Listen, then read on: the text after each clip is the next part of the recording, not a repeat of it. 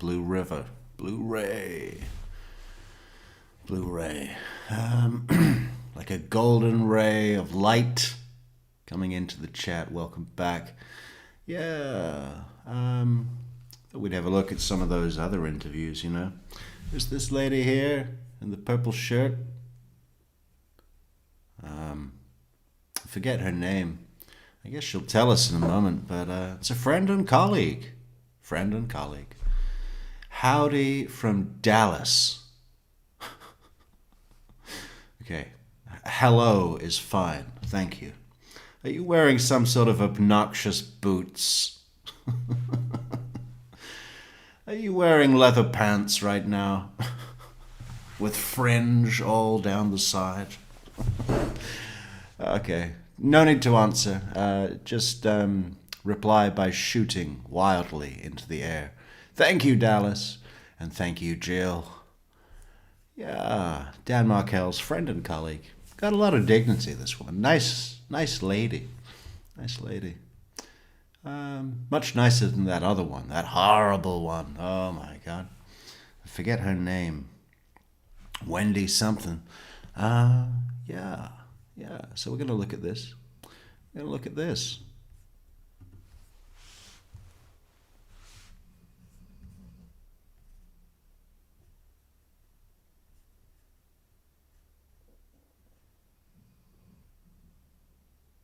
There is no audio, but I want to watch her move. Looks like an earth sign. I'm thinking Virgo.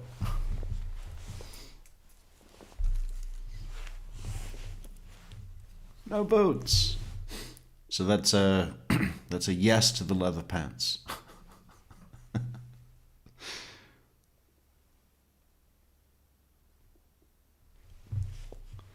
Hello, CDJ. What does it mean? Code 1313. Unlucky for some. Not me, though. It's the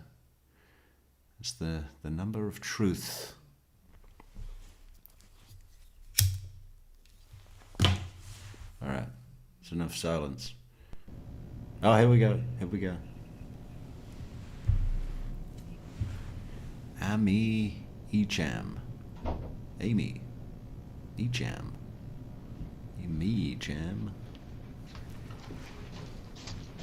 You got kids to bed? No, actually, my husband's got him in the car. Oh, not Investigator Cherry. But Look at him. Mr. Buth. Do you remember Wendy Adelson when she saw this guy come into the room? Who are you? You sick fuck. Who are you? Look at my blue eyes. Who are you? And then she did that line where, yeah, I remember the birth. I was there for it. You know, with my legs up and open. Weird thing to say when you're being interviewed about the murder of your ex-husband.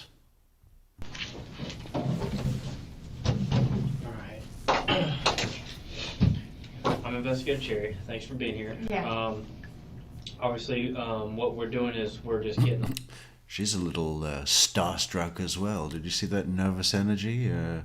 I don't know what to do with my arms. Let me brush my hair. Can you say Investigator Cherry again? Tell me your name. I want to call you Mr. Buff. All right. Look at her. Hand over the mouth, then nervous energy with the arms, then hair stroke. I mean, it's all the signs. Do we have any women in the audience? Can we confirm this lady's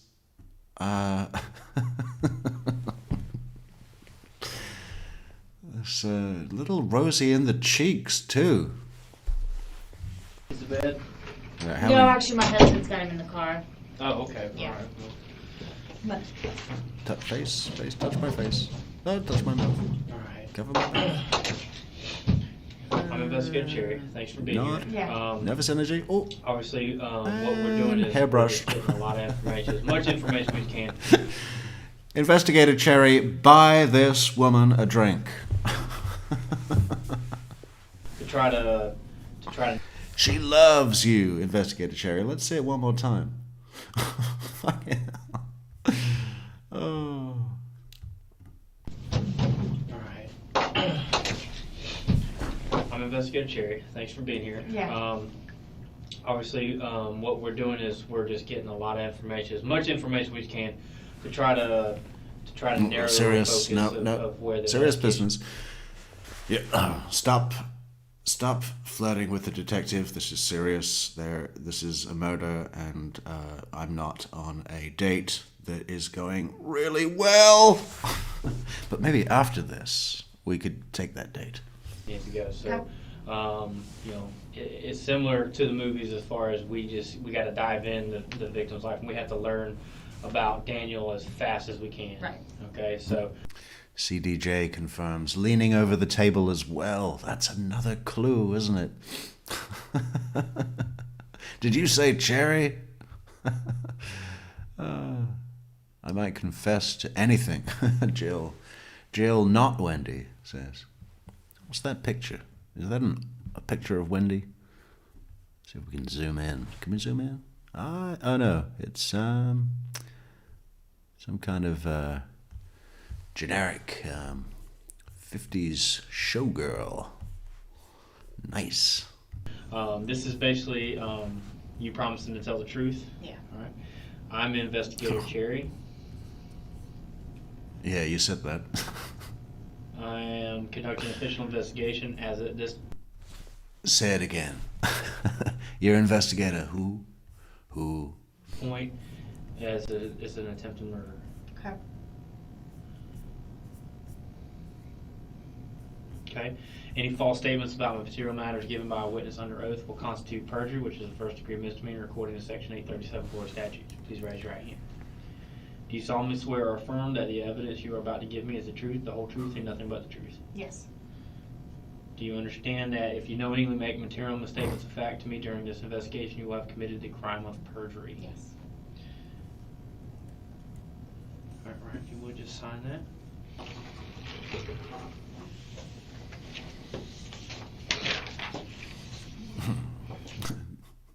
When she signed it, do you think she also put her phone number?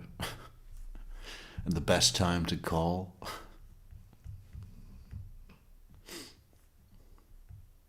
Sometime after the kids are asleep. We need to put the chat on the screen because people like the chat on the screen. Hello. Ah, there we go. There we go.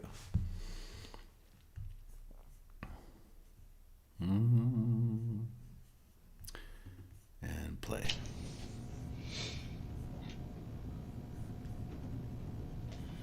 Brian Cox, COX. Okay. Well. Brian Cox.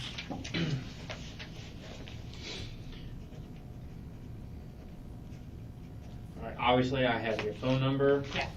What's your address? 3649 Barbary, which is Barbary Drive, 32309. Some of you may have heard me speak about some friends I knew in a previous life. One of them had the last name Dick, and one of them had the last name Cox, C-O-X. And this was in the west of England, where there's quite a lot of country pubs. And I said to them, listen, you guys should open a business, a pub, a country pub, and you guys should call it the Dick and Cox. Now, I will reiterate, that is C-O-X, not C-O-C-K-S. So it's not, it's just a name. Grow up. Okay? It's called the Dick and Cox because that's their names. But I said to them, I was doing a little bit of research into a theme menu that they could have in their country pub called the Dick and Cox. And I came across this wonderful dish for a sharing platter. Let me see if I can find an image here.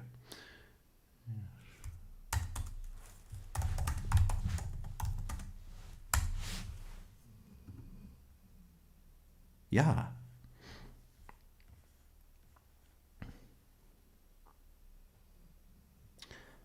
Well, there's a boatload of them. Let me find a good one. Okay, that'll do. That'll do.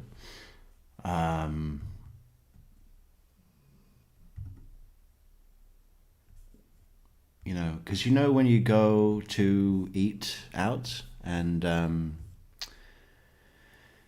you know, you have your meal, don't you? But then sometimes you get nibbles for the table, and they're served in something accessible to all, otherwise known as a sharing platter.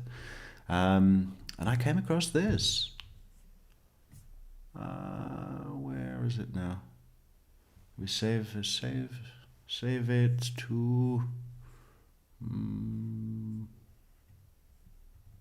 Here we go. Yeah, I mean, what better thing to serve up an antipasti or something than this, right? In a country pub called the Dick and Cox. You know? So somebody's got spaghetti and somebody's got, what is that? Like a chicken steak or something?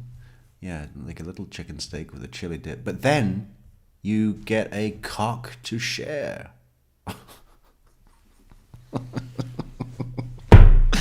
In the Dick and Cox. I mean, I think they should be mandatory. Every 2 plates comes with a sharing cock. Anyway, back to this terrible, newsworthy, factually based interview. What's your birthday? 12180. How do you know? Look at the body language now. I mean, she might as well be mentally undressing him in her mind, right? Leaning way over, dreamy, right? My God. You know, I mean, if she were actually doing that on a date, you know, in a country pub called the Dick and Cox, you'd think this. You're really nervous, okay? You like me, but you're really nervous. Daniel. I know Daniel from law school. So I met him, I was still a law student when he moved down from... Music from Brian. Or by Brian. Music by Brian. Hello, when Brian. he was engaged to Wendy. Is that your real name, by the way? Or is Brian like... What is Music by Brian? What is that? And why is it 2024? Meat on the head. Okay. Say it in Spanish. Can on the cabeza. Gane on the cabeza. And I met them, both of them around the same time. Wendy had been friends, had gone to high school and college and also law school for part of the time with a good friend of mine in South Florida. So we met each other in the law school and started talking about South Florida, and kind of became, I guess, quick friends then. And then I started to get to know Dan. I didn't know them very well in law school, but Didn't know them very well in law school, not at all. And I just want to, just one more point on this, then we'll move on. I know that some of you are thinking, hey, Metrix, the suggestion you made to your friends to open a pub, country pub, called the Dick and Cox, and to serve sharing platters on a giant penis, Sounds great, but there's just one problem with your business model, Metrix. It might not be that good for families, right?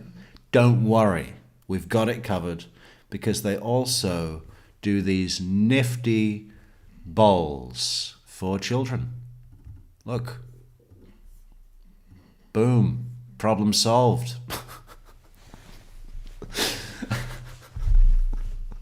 You know? Bring all of the kids. It doesn't matter. We've got it covered. Oh. But they're also members of my temple. So I would see them when I came back up. I was a public defender down in Broward, and he would teach criminal law. So I think Investigator Cherry is going to be a member of your temple before the evening's out. Investigator Cherry needs to go somewhere and worship. he talked to me a few times about coming and talking to his class about what it was like to practice post law school, and then when I moved back. What was that?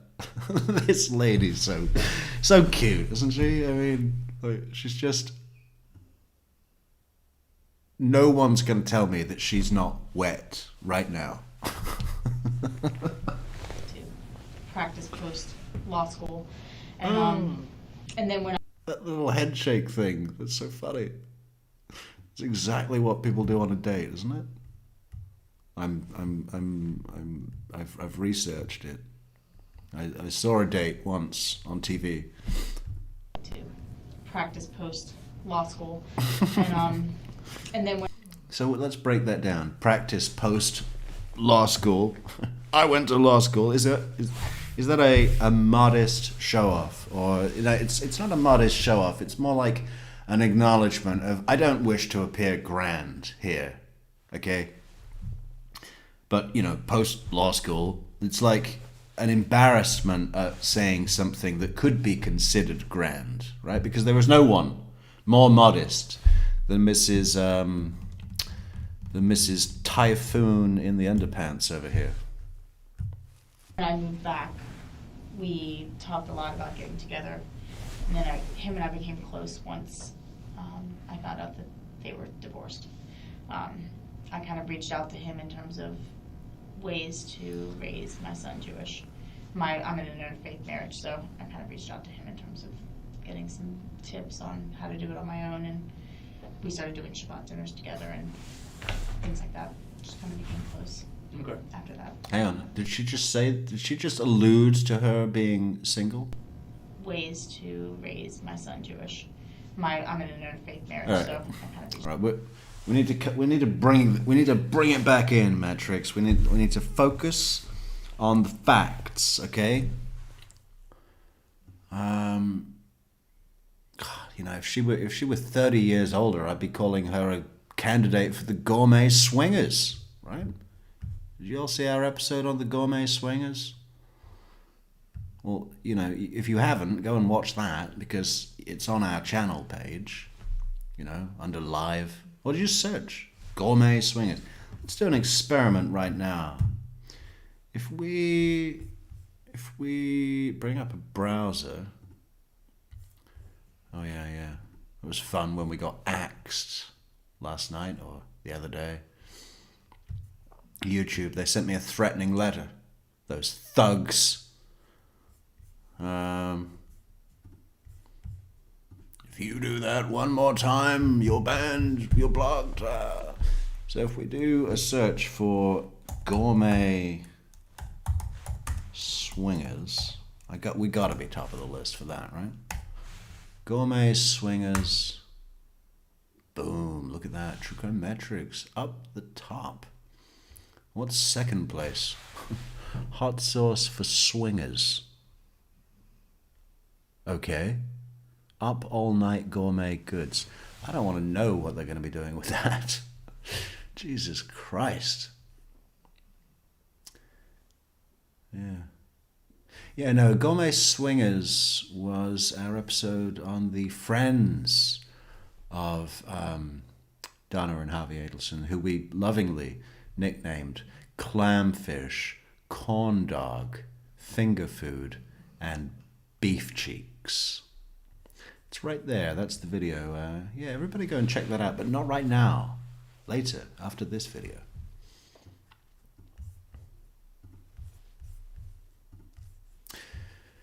So she was at the same temple as Dan Markel in an actual building temple, not her,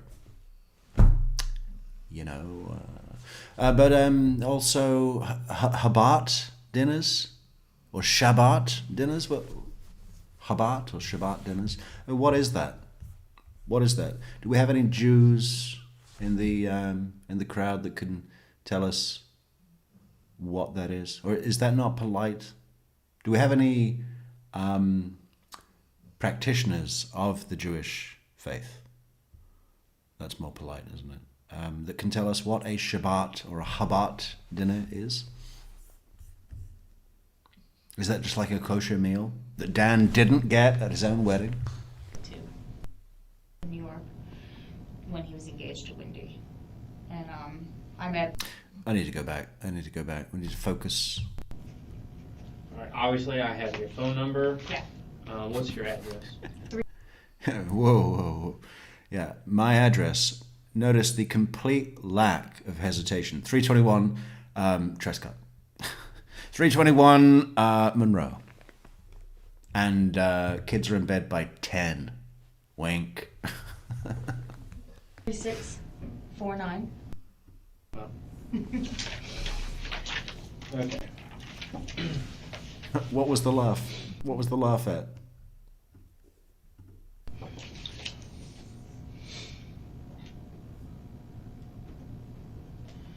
Brian Cox, COX. Okay. Well. Brian Cox. Now, is he laughing at the word Cox or the fact that there's an actor called Brian Cox who's damn good, actually? What a range of an actor. Almost as good, if not better, than Albert Finney himself, right? Brian Cox has the kind of range that he can be fucking slapstick comedian one day, and then, high up in the CIA, Black Ops CIA with Jason Bourne, right? And then we send him into fucking 13th century Scotland, and he's the one that's training Braveheart. Uncle Argyle. First, learn to use this. Then I'll teach you to use this. And just so you know, the first this, he's pointing at Braveheart's mind. And the second this, he's holding up the long sword. First, learn to use this. Then I'll teach you to use this. What a range of an actor, Brian Cox. The best. Okay. All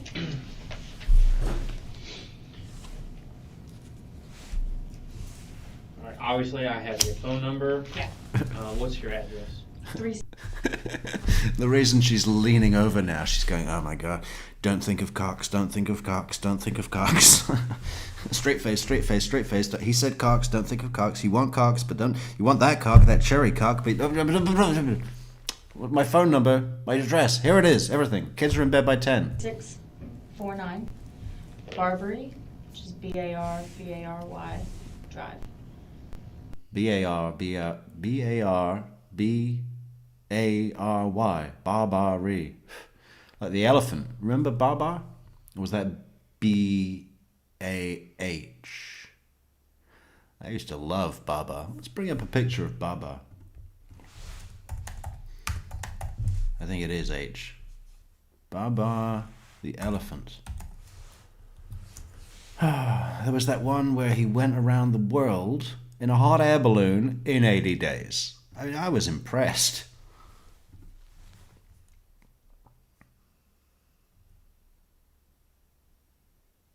Oh, it's B-A-B-A-R. Did y'all have this in America? He was an elephant king. That's it. Let's bring up a little picture of Baba. I want to, in fact, I want to make him the mascot of today's show. Seems only right.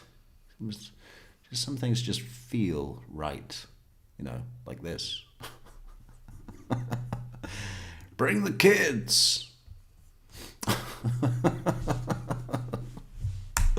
No, here he is, in a suit, very dapper, and a crown.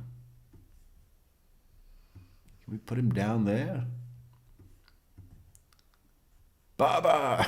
David Anderson knows. Baba!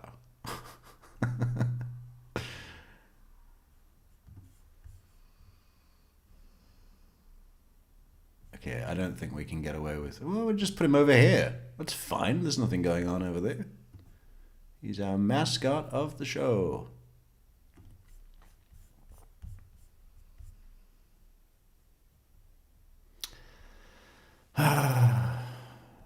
What do you think that's going to scare people away?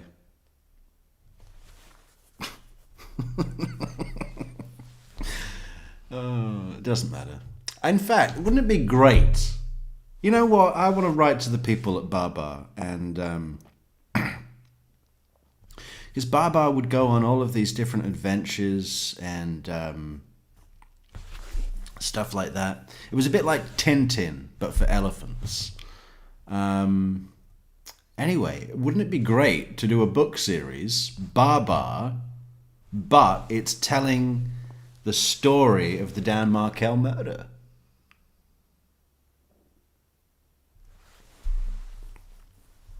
Through the perspective of a regal elephant, a monarch. I'm going to think about that. That's a great idea. Everyone's saying, hey, Metrix, you need to make the movie. Oh, Netflix is going to want a piece of your shit. Oh, Metrix. You know, fuck it. Book series, Baba. Tell the story of the Dan Markel murder through the perspective of a regal monarch elephant. Perfect. And the great thing is that it's accessible to children as well. Obviously, wider audience. 32309. Christopher. 12180. Okay. How do you know Daniel? I know Daniel from law school, so him. Whoa. 128. Did she say her birthday? Which is Barbary Drive.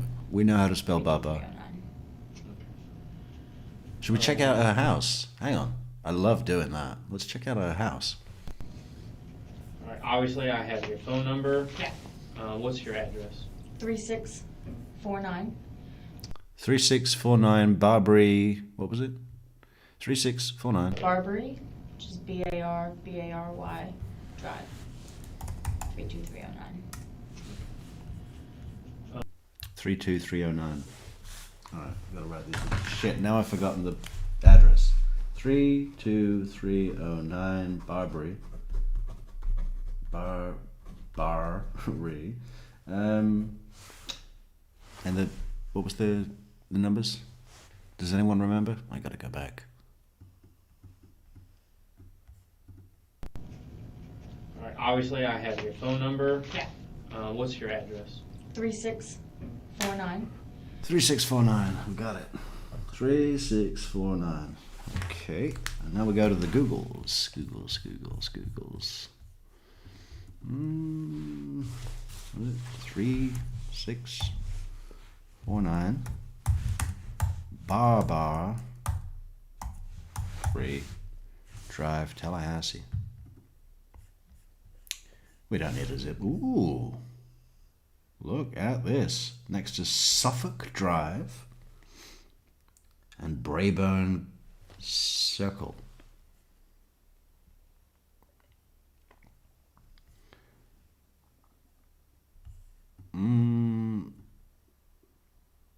Also, no.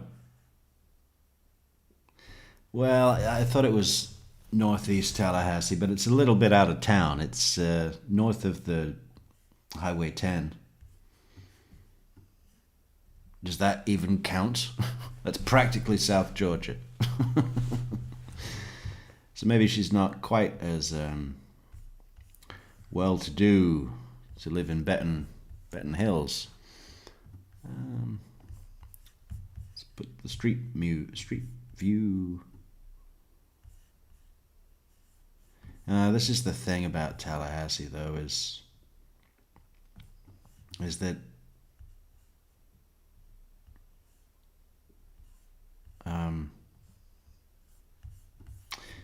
there's so many fucking trees everywhere that you can never see the house. I think this is it, though. I know you can't see. I'm just trying to get a good image. Ooh, hey. Telltale sign. Telltale sign.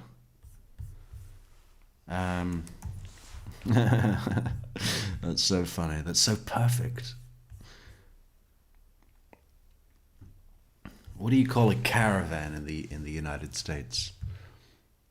I guess you just call it a trailer, but it's not a big trailer. It's it's a trailer that you would take with you on a camping trip, or just leave on your driveway if you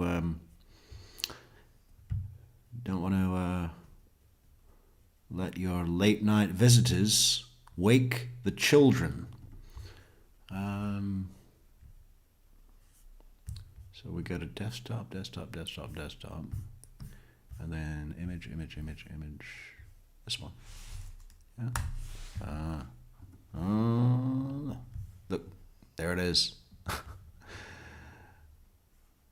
The Palace of Love. It's a little lopsided, too. Investigator Cherry can work up quite a sweat. So that must be the garage only, right? But that is such a swinger. If anybody has a caravan trailer on their driveway, think about the message that you're sending to your neighbors. Okay? What do you think that message is? Or, alternatively, next time you go out of your home, have a look around the neighborhood. Has one of your neighbors got one of these things on the driveway that just sits there? What do you think they do in there? They don't drink milkshakes, I assure you. Ooh, Christine Daly, welcome back. A member, look. Oh, look. Do you still live in Portugal? Yes. It's starting to drive me a little bit fucking nuts, actually. I want to head north. Or west. Well, there's not much west.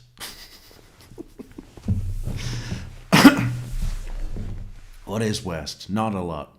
I want to head north or west or south. But definitely not east. Or maybe east. Yeah. Anyway, think about it. If you've got a caravan on your driveway, what kind of message are you sending to the neighborhood? If one of your neighbors has a caravan on their driveway, you want to look for other clues. Is there ever a tie hanging on the door of the caravan, for example? That's a good one. Does the caravan ever shake? Anyway.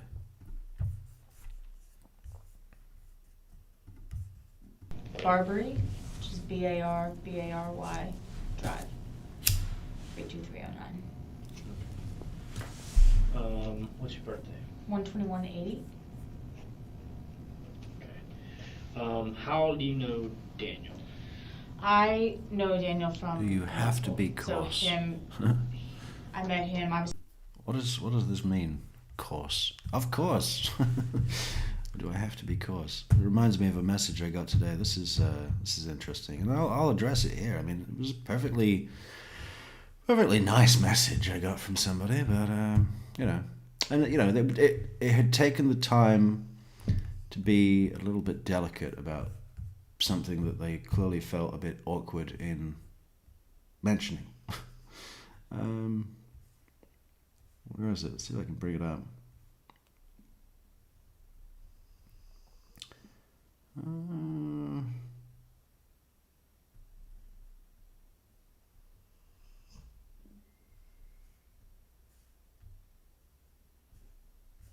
Who was that from? Ah, what the fuck? I bet they've deleted it. Yeah, they might have deleted it because they would. Bless them. They expressed that they were embarrassed or something. I don't know.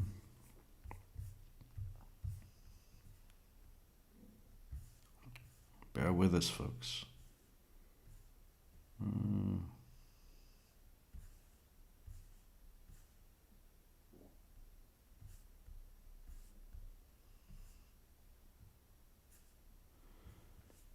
It looks like they've deleted it.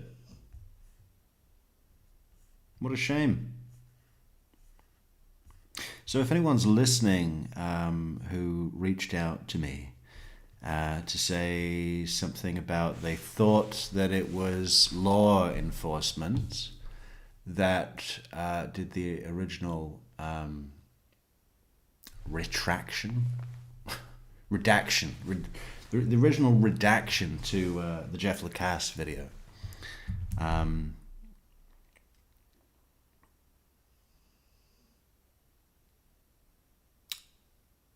Yeah, they thought it was law enforcement. No, I mean, it wasn't law enforcement.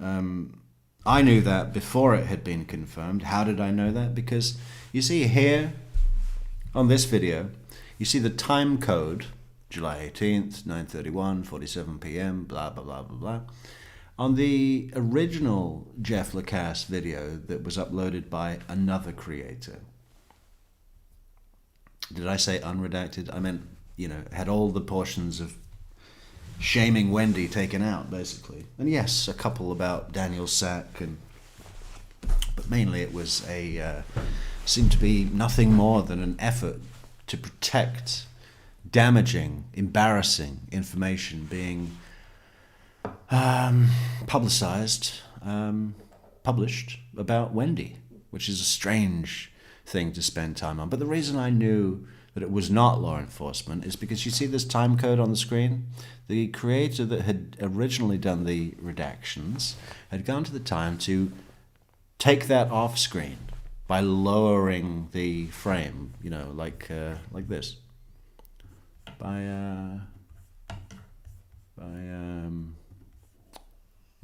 They just made it ooh like that, so you couldn't see the cuts because when a chunk comes out, the time code would switch from 9:31 to 9:34, and it would be obvious if you could see the numbers, right? And yes, it was. You could see that a cut had been made, but only if you were paying attention. If you were just taking it in, because it was quite a long video, it was just not obvious. That's why we discovered it. And you thought that law enforcement did the redactions? Where do you think we got the unredacted version from? From law enforcement.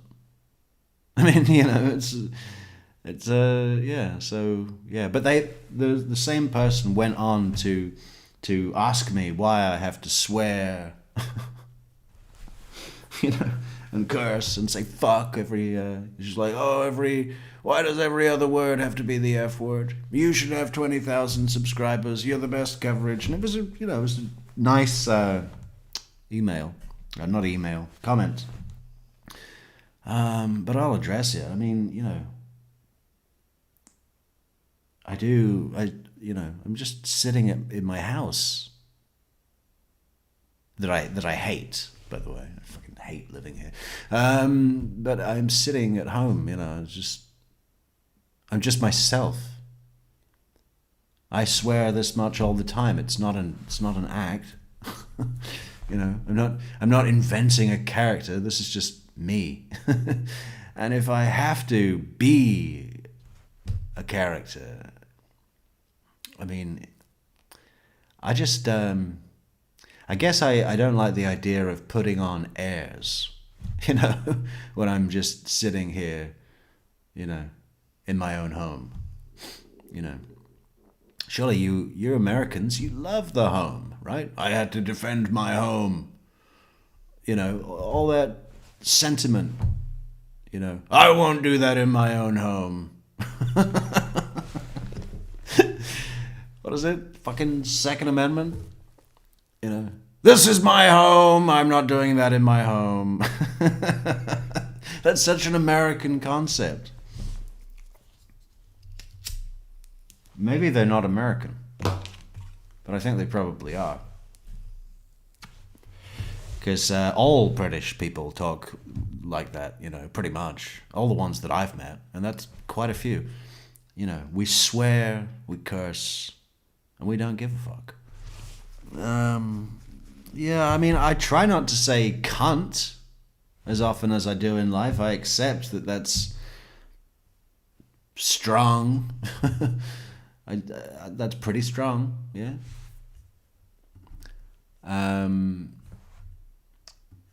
Do I have to not say fuck as well? Because I just don't think I'd want to do this if I had to be that fucking cautious all the time in my own home. Just thank you for your message. I mean, I'll see how I feel about it. But I also think that a lot of other people like the swearing. And the thing about you should have 20,000 subscribers. Yeah, well, I don't want them if they're like things that make me be someone I'm not. I think the best thing you can do with any YouTube channel is try and be as closely 100% yourself. Because then, the people that you attract are people that actually do like you. That's the same with most things. I don't think people naturally warm to people that are pretending to be someone else. There's a evolutionary development that singles those peoples out as danger, as risks, right? Well, don't get me wrong, in a professional situation, I am extremely charming and good at what I do. But again, right now, I'm in my own home, Second Amendment. So those are my thoughts, but we do appreciate your message, and I don't know who the user was, but if you're listening now, I hope that goes away to explaining it to you. And I was also asked if the moody creator that I referred to was actually deep dish true crime. No.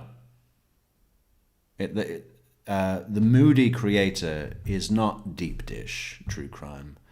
It's an associate, a blonde associate, and that's all I'm gonna say. So a law student, when he moved down from when he was teaching up in New York, when he was engaged to Wendy, and I met both of them around the same time.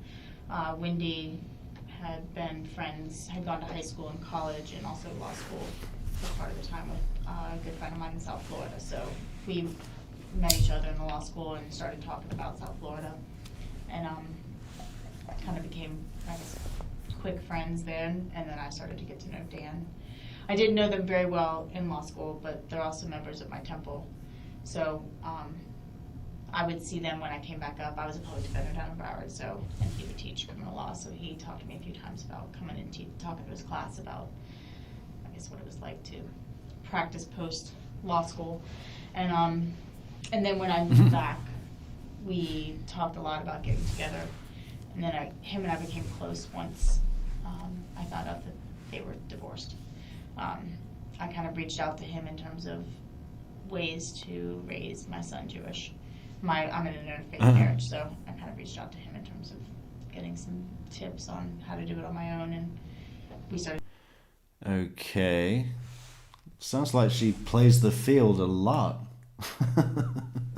I'm in a no-faith marriage. I'm in a no strings marriage. Do you know what consensual non-monogamy is? Any interest? Yeah, I reached out to him. I said, hey, I'd love some tips on how to raise my son Jewish. Will you show me your circumcision? Step into the caravan. Yeah, the secret knock is...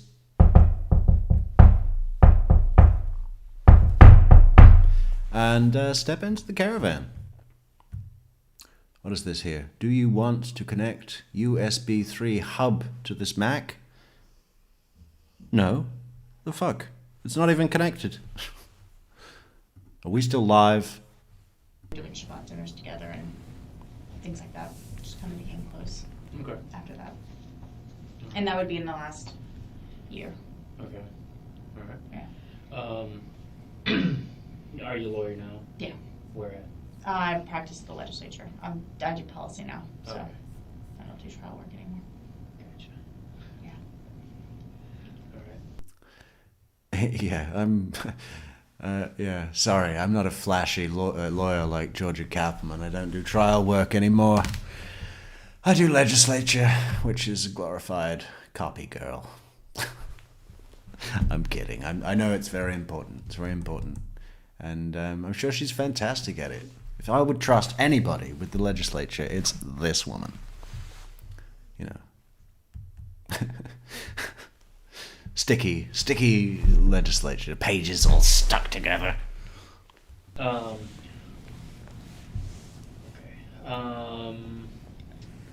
When was the last time you saw Daniel?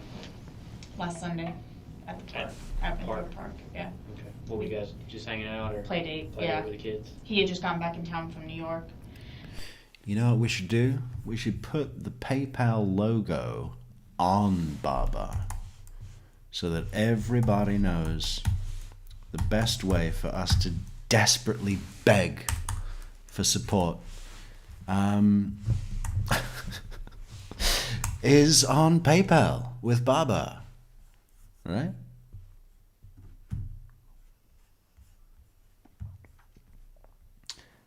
And it's an app. It's modern. It's so great. It's so much fun. If you haven't tried it yet, go and see what it's all about, because I am not kidding. There is no room for disappointment. And Baba will bring you a piece of cake. Okay, so we can't use that. We need this one. Okay. There we go. Yeah. Support the channel on PayPal and tell everybody else how much fun you had doing it and how great it was and how you can't wait to do it again. And we'll go ahead of this one and then put it up. Okay, there he is. Oh, that just looks really messy, doesn't it? Well, that is the best. The best. I can't put that up there. I just put it tiny. Now everyone's going to think it's a mess.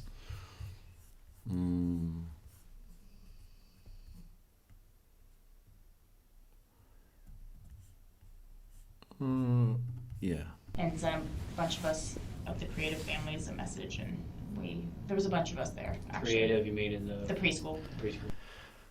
Stella, yeah, we want to move away from the Edelson coverage. There's so much more I want to talk about.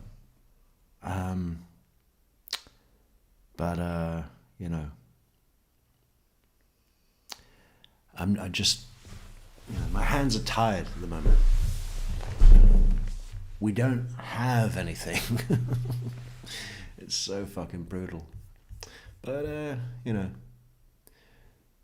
maybe, I mean, December is a month for giving, right?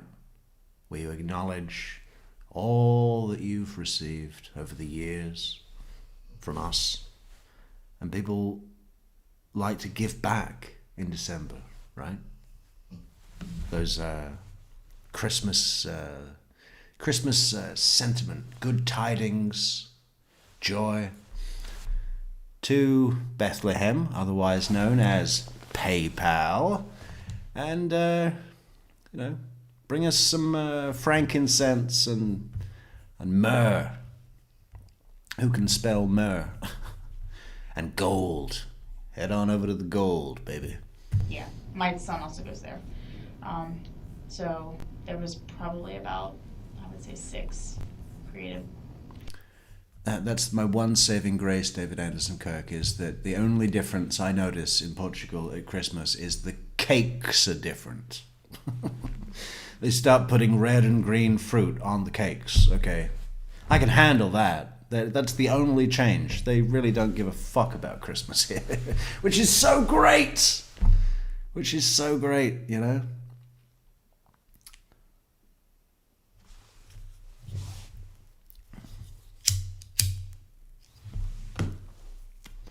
But the Christmas meal is not great, and they love it.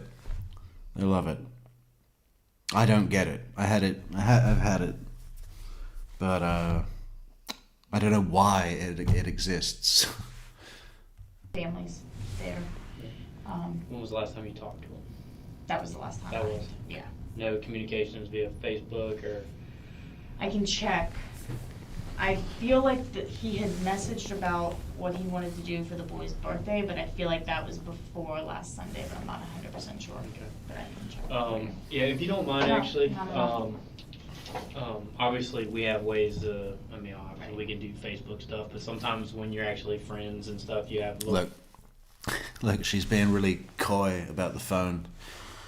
Don't let him see all these fucking dick pics from my male friends.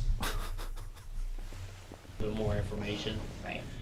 I was comparing circumcision with non-circumcision. I wanted to see what it looked like in all forms, okay? Because I'm interested in raising my son Jewish in a no faith, no strings marriage. On that page, I would want to take a look.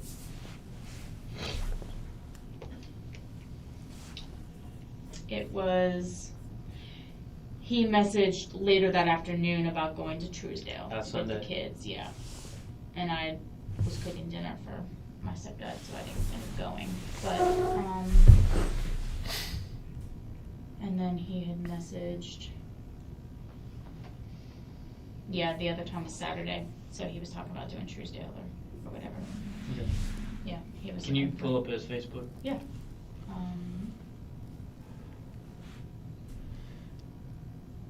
I don't have a lot of battery. I tried to charge when I came up here, but Yeah. Don't look.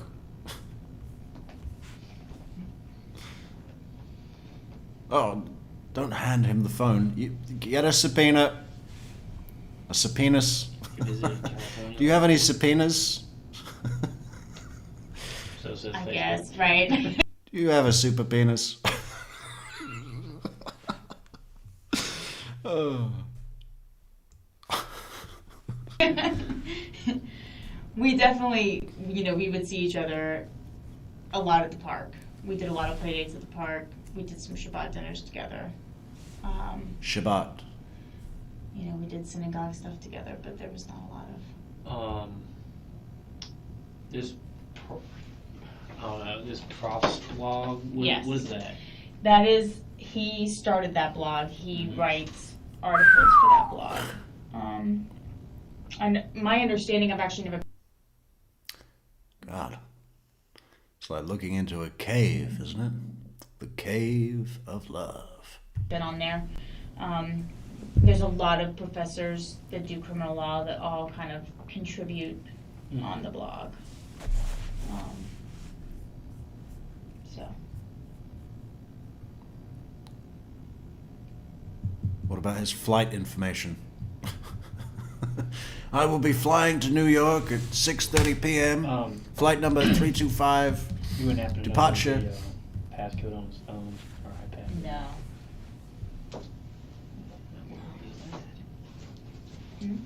That's New York. No, no. Oh, I think it's Play-Doh. Play-Doh? Yeah.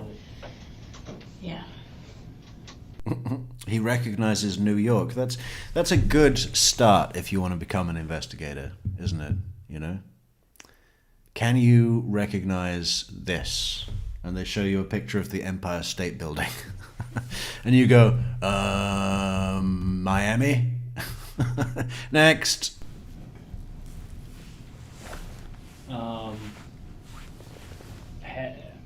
Has he been unusually stressed in the last week or so about anything particular? I mean, not that I'm aware of, but you know, like I said, there was a lot of people at the park. I was only there for about an hour, and you know, we didn't get a lot of one-on-one time. The only downside to doing play dates like that is that you're running around with your kids, and so my kid likes to run around a lot by himself, so I wasn't really talking with a lot of people, and I definitely didn't get to talk to him much one-on-one, unfortunately. Tell me about Wendy and the divorce and how that shook out. Yeah, it was a pretty bitter. Fucking A, bro. I Fuck up here and fucking fucking with me. Thank you so much, Stella B. We love those coffees, Stella B. Stella B tells us, I'm late, boss. I'll have to rewind this one. Stay positive, friend. Thank you, Stella B. That is very kind. And we do try. We do try to stay positive, you know. Her and I had not. Hey, I just realized it's December 7th. Pearl Harbor. In, when was that? What was that? 84 years. Pearl Harbor. We should do a Pearl Harbor episode. But, you know, Dan calls the divorce Pearl Harbor. How was the divorce? Pearl Harbor. 84 years. Happy anniversary. Not had any one-on-one time since the divorce happened, so I know what he told me of his side. It was, my understanding was that pretty much just one day she filed and changed the locks and kind of, from his statements, it was not really expected. David Anderson Kirk says December 6th. Well, now you've got me thinking. I'm pretty sure 12/7. Wait. Pearl Harbor date. Yeah, December 7th. Check the facts, David. 1941. Boom. And then I think it was about, I'm trying to remember, September, I think was when she moved out, and they finalized it on August. So almost a year and they were just about to go to trial, I know, when it settled. You know, he never told me any financial, any stuff like that. I mean, the only stuff he kind of talked to me about was she wouldn't let him Skype and things like that when she had the boys and, things like that. But I mean, I know that it did shock him, and he So it was like a sudden change of heart, according to him? Yeah. And like I said, I have never talked to Wendy about it. Him and I, we talked, but a lot of times, again, we were having dinner with the boys, and I tried to not talk too much when they're there, you know. especially because it was pretty, I mean, they had been living separately for about a year at that point, but it was still pretty new. I do know in the last 6 months, he had started dating someone up in New York. And that seemed to be very positive in his life. I also know Wendy. You saw a difference? Yeah. I mean, he was never, well, he was depressed, and he had a difficult time with it. And when I say depressed, I mean, it was just dealing with the change. Never, ever would have done anything. I mean, he loved those boys beyond all belief. So it was never, he definitely put his game face on, you know, and really loved every minute that he had the boys. And missed them terribly when he was gone. And so I think that was his hardest thing to adjust to, was being away from them. You know, but I think there was just, I guess, hope again kind of started to set in. You know, I really only talked to him once about her. But he had been, New York? The girl in New York, yeah. And he went up there a lot. He was teaching up there. He was doing I don't want to say a seminar, but he was doing a class where he'd go up once a month and do a seminar or something like that. And he met her through that, and then would see her I guess once a month he would see her when he went up there. And I think she was coming down here some as well. I'm not 100% sure, but I feel like she was. I also know Wendy's dating someone, because she brought him to my son's birthday. Rage thug. I don't remember, I mean, I kind of remember what he looks like, but I don't remember his name or anything like that. What is it? Oh, he looked like Dan, but with slightly more orange hair How long ago? on his head. That was May 21st, I want to say. It was the middle of the week. Let's see. I don't know if there's date information on it. Actually, if I go to these.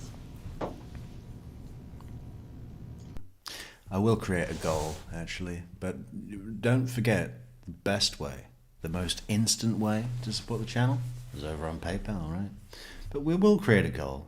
Just, you know, why would we not have an extra upside down umbrella? What should be our goal? Save. I'll tell you what. Let's do a goal for 50 super chats at the highest range of $100. That will really demonstrate our desperation and the begging. We beg you to save us. Please help. And then we'll put praying hands. Is that the most begging emoji that there is, or is there? Does anyone know of one better, or is praying hands thank you or hope? I mean, both of those would be appropriate. So we'll put 2 praying hands, and then what is the second most beggy, desperate emoji? I'm just having a look through here. Maybe we'll put food. We'll put food because that's really, you know, the fundamentals, right? Food. Okay, what we got? A burger, and then soup, bowl of soup, and also popcorn. Well, that's not going to get us far. What other food can we? A taco. There we go. Taco. And a chicken leg. Chicken legs are, they'll take you a long way.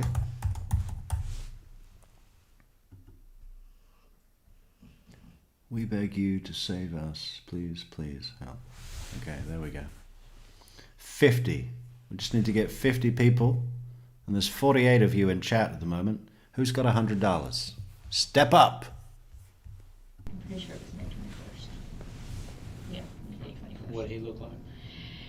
He was tall, skinny. I'm sorry, he was definitely 5.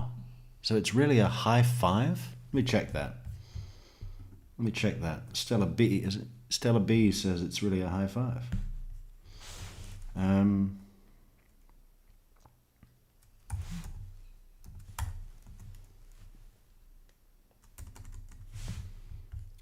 don't think so.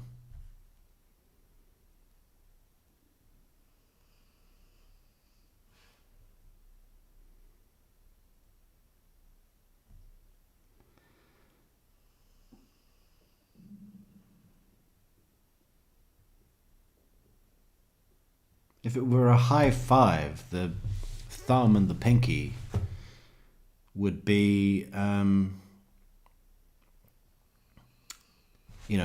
the opposite way round.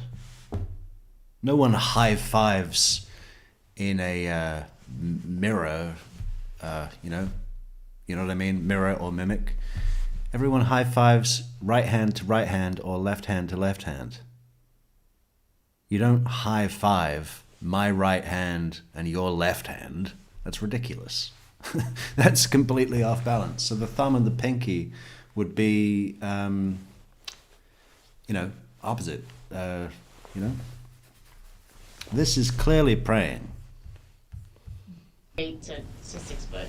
I'm short, so narrowing Everybody's it down short. much. Right, exactly. Narrowing it down from that is a little difficult, but he was definitely lanky.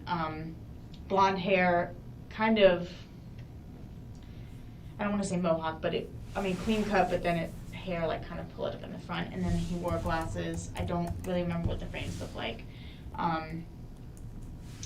Pale complexion, and that's about all I remember. I went through, on the way over here, I went through my phone to see if he was in any of the pictures that were taken, and he's not. Okay. But I know she'd said they've been dating. I think she said she met him in October of last year. But aside from that, What Ooh, we're getting technical. Stella B is going on about stereosomicism. Stereosomicism. I want to say that it's the inverse of chirality.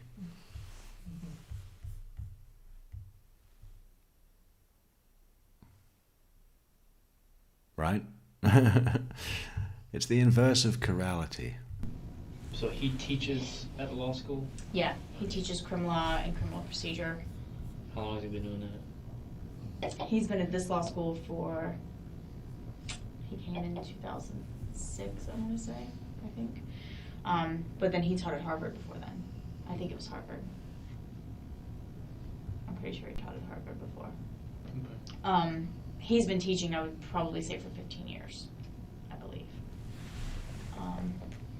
Maybe a little longer, but. And or how's somewhere his style? Is he well accepted? Is he Yeah. abrasive or? I never had him. I have heard from other people that he is kind of a hard-ass professor. But that's law school also, so, most. So it's to be expected. Right. I did hear he was more intense than some other ones, which did come as a surprise to me because he's not at all like that outside of school. So. Did he ever complain about any kind of students or anything? Not to me. Not to you? No.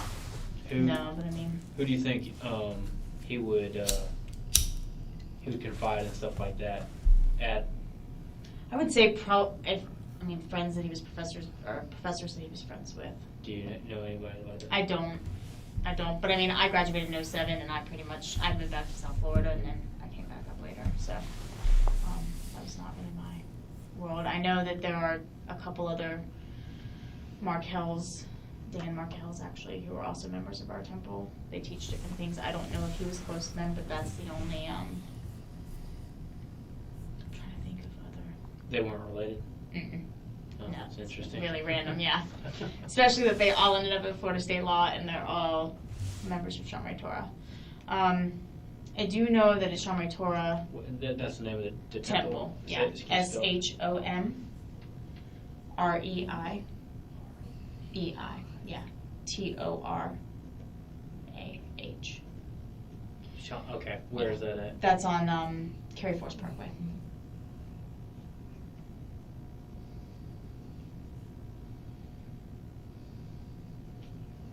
I know he's close with Sam Kimmelman there. At the church? Yeah, Sam. It's not a church. yeah, KIMELMAN. Do you have a phone number Don't call for it a Sam? church. No, but I know my stepdad does, and I can find. Actually, let me see. I might.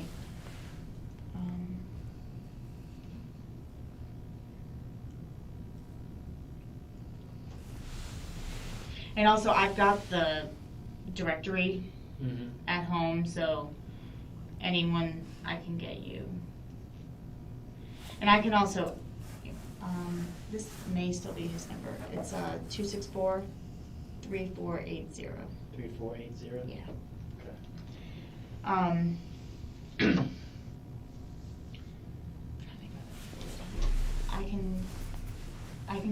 I'll go through the directory and see if any names are ringing a bell, just in terms of who he spent a lot of time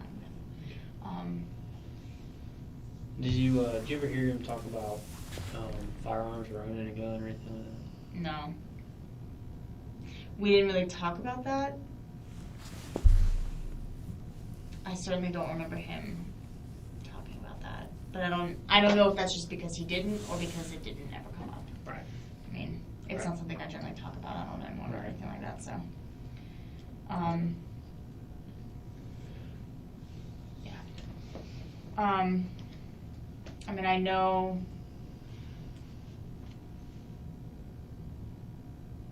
Yeah, trust me, I wish I knew more. We had started to become close. Wendy and I have recently talked more often.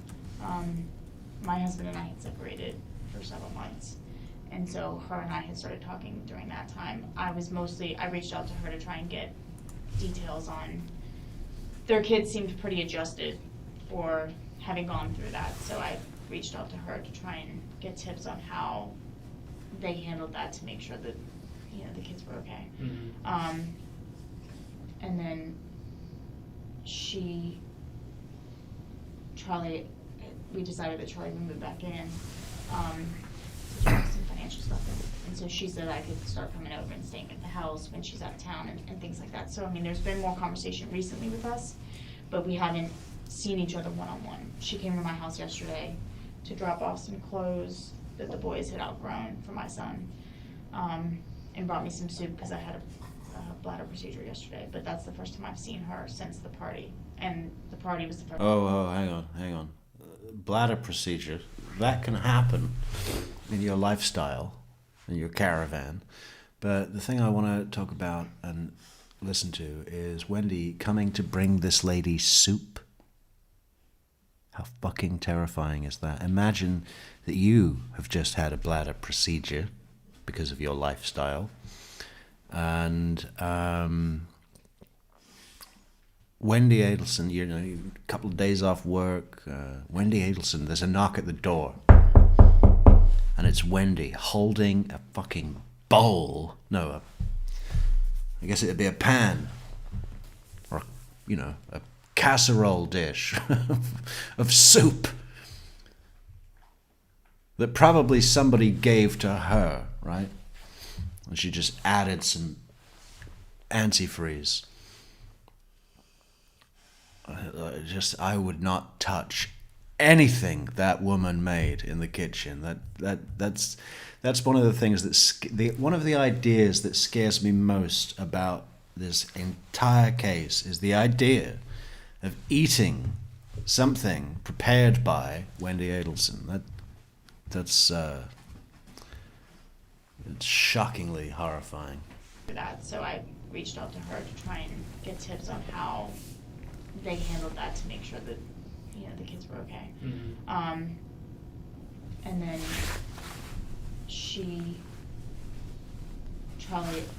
we decided that Charlie would move back in to deal with some financial stuff. And so she said I could start coming over and staying at the house when she's out of town and things like that. So, I mean, there's been more conversation recently with us, but we haven't seen each other one-on-one. She came to my house yesterday to drop off some clothes that the boys had outgrown for my son, and brought me some soup because I had a bladder procedure yesterday. But that's the first time I've seen her since the party. So bringing over some clothes that her boys had outgrown, I mean, that goes really snugly into the idea of Wendy packing up her house to move down to Miami, right? Because if you are packing up an entire house, the last thing you want to do is take up space with fucking clothes that don't fit your children anymore, right? But if you're not packing up a house, it's quite easy to leave those clothes in the closet for years, right? I probably still have clothes from when I was 4. Not really, but I'm sure some people do, you know. Definitely. It's a great piece of evidence. No one ever talks about that. You know, all this chatter about people like, oh, Georgia certainly stayed away from a lot of things when Wendy was on the stand. Well, this is one of them. That's a good piece of evidence. You know, is it explainable away? Yes. I was doing spring cleaning that day. Late. I was sorting out my TV, lunch with the girls, spring cleaning. I know it's not actually the day, but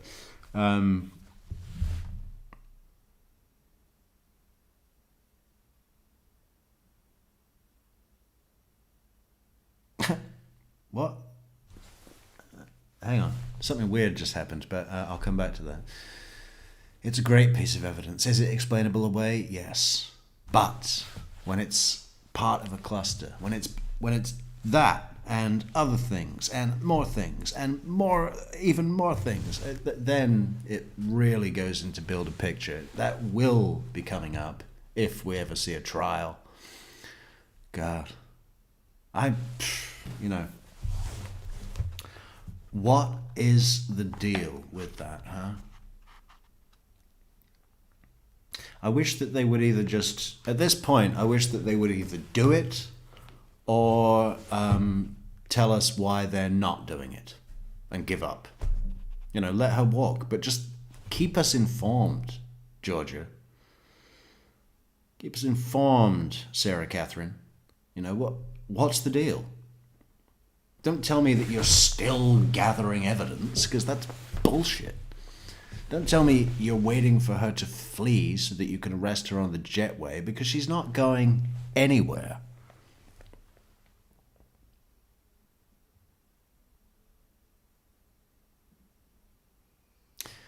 Why has she not been arrested? I mean, if she's not arrested before the end of January, I'm going to start saying this is not going to fucking happen. Right? And the party was the first time I had seen her since. And the party back in May. Yeah, in May. And that was the first time I'd seen her in. So it's been really been, you know, not to sound callous, but it's been more about, the conversation been more about your situation than what's really going on with her. Yeah. I mean, she had told me about the boyfriend. Her and I would talk a lot about...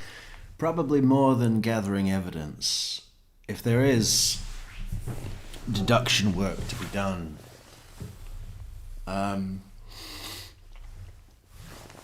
it's for the prosecution team to anticipate the defense, right? Are they going to go for a speedy trial? Obviously, they're going to call for an Arthur hearing. Will Wendy be able to get bond on a non-bondable first-degree felony, capital crime. But how much time do you need? Either do it or don't do it. And let us know, please. Out getting together, and then we just didn't. Something would happen. Exactly. My Either wife does that all the time. right. I'm getting together with so and so, and it's like an hour or two, and she's like, "Oh yeah, they canceled." Right. Either I'm tired, or Yeah. the kids are sick, or there's lots of that, especially at Always preschool. Yeah.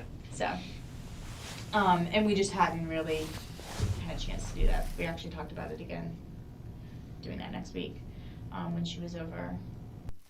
I just don't buy that kind of thing, Stella.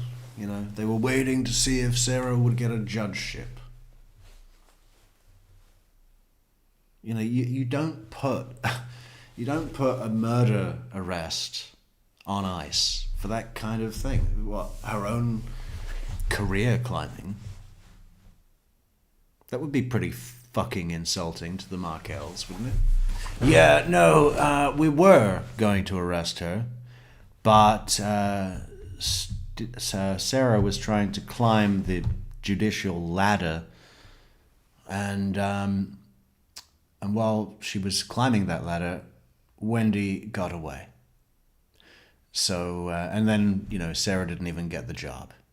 So, sorry, Ruth and Phil.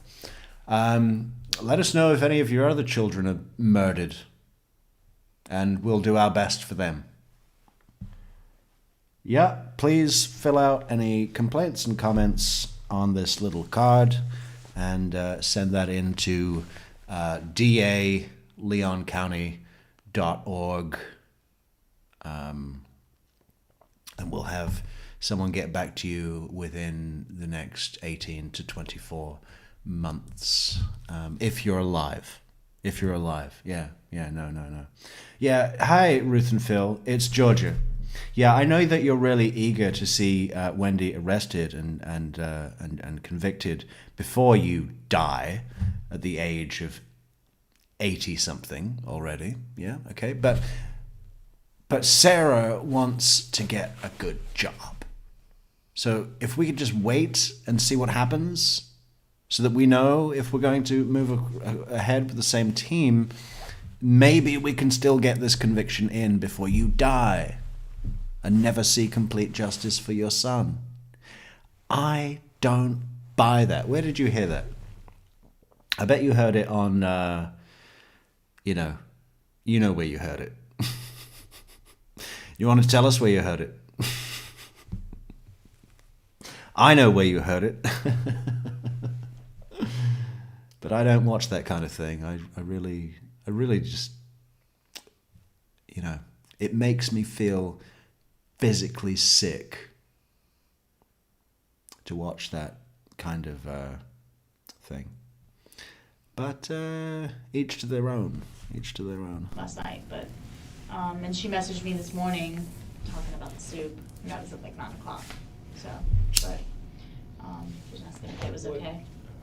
I got it written down. What is your number? 954. Was the soup okay? Did you find anything in it? Okay. No, I did. I made it. No, I did. I did. Okay. No, you can keep the pot. You can keep the pot. We have pots in Miami. I mean, back at the house. Yeah, Aqua Ridge. 3303 Aqua Ridge. It's where I live. I was going to buy that other house on Fake Drive. But, you know the one? You go up Imaginary Lane. Fake Drive is on your right. Yeah. But no, 3303 Aqua Ridge. 770-4165. 4165. Mm-hmm. Yeah. All right. We're kind of casting a really wide net. Tallahassee So News it's hard and for me to, Observer. focus in and ask. Right. Make sure I ask the right questions. I understand. So, Feel free to call me. Yeah. So, is there anything that, once you heard that something happened? I mean, did something jump out at you? Just says, "Oh, I really wonder about that one thing." No, I mean, of course, everybody, Scott asked me if Wendy was stable, and, I mean, and I did share with him, and, Dan had told me during the divorce, or right after the divorce, that she had had some depression issues and some postpartum issues, and that they were talking about doing counseling, but that they never did that before she moved out, or changed the locks, whatever. But I mean, I saw her last night and she seemed fine. She was awkward, but that's because my husband was there and she didn't, I don't know if she realized that he was going to be there. And, yeah. Because of your situation. Exactly. Gotcha. I didn't take that as her being awkward, Right, because of her life. And I don't know how much obviously I don't want to share things, but I know I can reach out to people at the temple and find out much more of who he we'll talk to to anybody. I mean, Okay. one of these things, if you have information, I mean, it's I've worked several cases that are similar in this nature where you're just really casting a wide net. Basically, the police will find that out. No. Come make sure. Yeah. Because I'd rather have 10 people come here and tell me the same thing than that one person who I really need to talk to doesn't, assuming that we know about it. Right. So. There is a gentleman, Seth Miller, who, You'd rather have 10 people come and say the same thing? What, other women? There are other women, Investigator Chair? I know he's close with. I don't know if he would have a better idea of who Dan would talk to at the school, and his wife works at the law library. But I mean, him and I were talking, and he's like, I really don't. I mean, does this scan for anybody? Like, what are your thoughts on my thoughts, Stella? Do you think that it would make any difference to whether there should or should not be an arrest that Sarah Dugan was applying for a judgeship?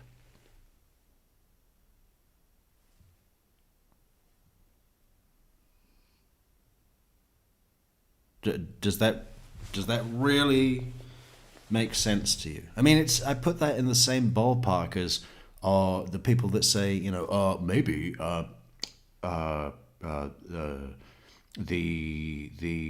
because Wendy is a single mother, they don't want to arrest Wendy until the boys are grown.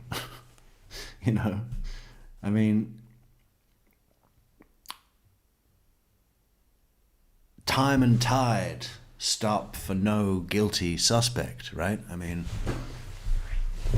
you don't, hey, I'd love to arrest her, but it's my birthday, 40th, and I'm planning this really big weekend. We're going fishing on Lake Seminole. We're going to light a candle for Michael Williams.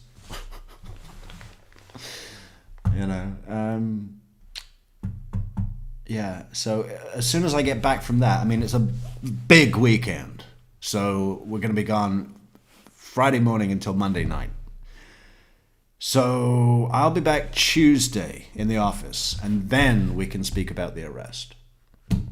That's not how, it's certainly not how justice should operate. I'd be curious to hear from anybody that really actually believes that it does operate like that. And can you offer any example of anything happening like that in any case ever before in history? Please do let us know in the comments. And support the channel on the PayPals. Or the goal. YouTube goal.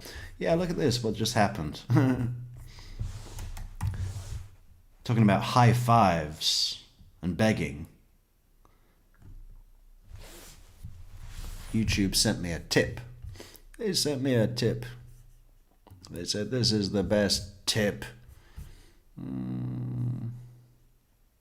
Here we go.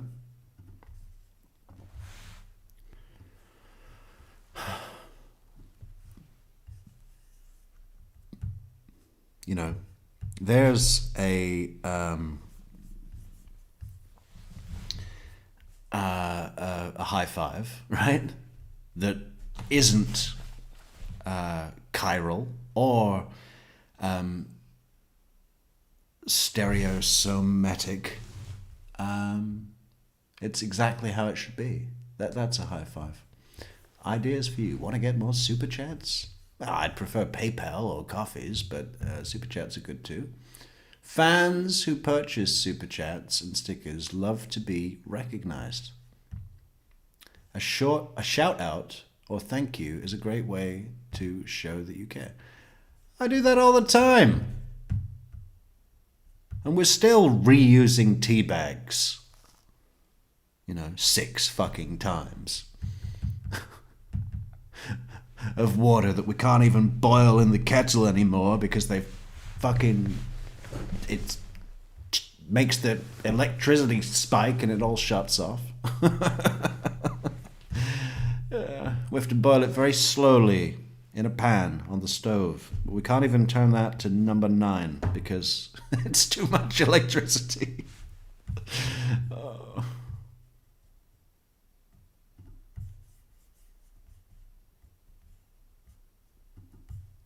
With Dan about anything personal, we kind of stay out of. Did you guys ever talk? Oh yeah, Julio, Metrix, serious question. What's next for the channel? Is this it? Yeah, I don't want to do this either. I hate this. I hate Markel. I hate Adelson. I want to move on. But how do I do that? How do I do that with no fucking money? I almost want to just start a brand new channel, I want to start a brand new channel and use everything that we've learned doing this channel. Because I think that'll be the best way to hit something new. Because the algorithm must look at me and go, Adelson, Adelson, Adelson, Adelson, Adelson. So it only puts the videos in front of Adelson audiences. But, to start a new channel to the point where it, has enough subscribers to be monetized and so on, is an amount of time, whatever that is. Yes, it can happen quickly. I think realistically, the first time it took about 3 months to do that. And I thought that was pretty quick.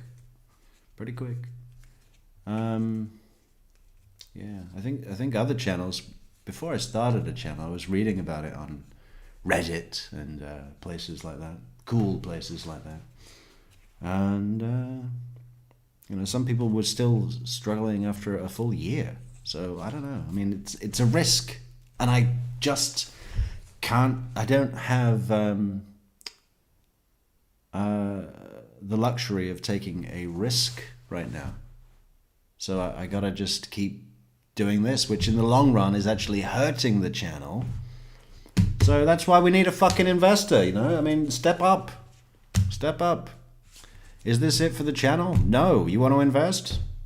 Reach out to us on truecrimemetrics@gmail.com to invest. We don't even need that much. I don't know. What do we need? $4,000? Who's got $4,000? We'll give you. We'll call you a manager, and we'll give you a 2 to 5% cut of all business, all video business. The Adelson cookbook. That's a separate deal. But yeah, equity is available. Need an investor. Dig us out of this hole. Get us out of this fucking hole. I hate this hole. Investigator Cherry, I can't connect the dots. There was something about a hole. I don't know. Yeah, no, I hate it. I hate it. And I hate myself. And I hate all of you. And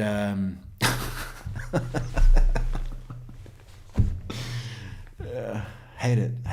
You and Dan ever talk about any kind of cases or anything that he was working on, or anything that he seemed passionate about, or anything like that? No, but I mean, anything criminal law, well, any of that is. Apparently he was working on a case, or was concerned about something that had happened up in New York. I guess there's a case going on where rabbis were charged, like 4 rabbis were charged with like torturing husbands who were refusing to divorce in the Jewish faith or whatever. Okay. Are you familiar with any of that stuff? But that wouldn't surprise me that he would be involved in something like that. How's that? Yeah, I mean, Just because of his... the faith. I mean, he's very involved in the Jewish faith. Plus, he lived in New York, there's that's do you kind think it of would the be just world of his straight? crossing. So it would be fascinating for his religious and criminal. professional beliefs. Yeah, but also with as much time as he's been spending up there, it wouldn't surprise me if He's trying to get involved in that, and then also if maybe one of his students up there, or maybe the woman he's been dating, who I'm 99% sure is also Jewish, knew some of these people, or it wouldn't surprise me if some of these, if there's a more personal connection. But that's kind of everything that definitely melds all of his passions into a case like that. Can you pull up that Facebook thing again? I want to write down his blog thing. Yeah, it's I saw it earlier today, and I was like, PRAWFSBLOG. Say it again. PRA AW. Hold on. Let me just take my phone. I don't know whether to get up or sit down. Do you know- Hey, Investigator Cherry, can I sit on your lap? She's all over the place, isn't she? Down his blog thing. Yeah, it's I saw it earlier today, and I was like, PRAWFSBLOG. Say it again. PRA AW. Hold on. Actually, let me just take my phone. And have you? Awkward. Do you know the woman's name? Do you think Investigator Cherry cannot be clueless to what is unfolding in front of him, right? I mean, he's a man of the world. Investigator Cherry's like, oh my god, okay, I get it. You think I'm dreamy. Sit down. This is serious evidence. The girlfriend? He's been dating up there? Yeah. Okay, good. All right. Do you? I didn't, no. He just said he was dating a new girl, and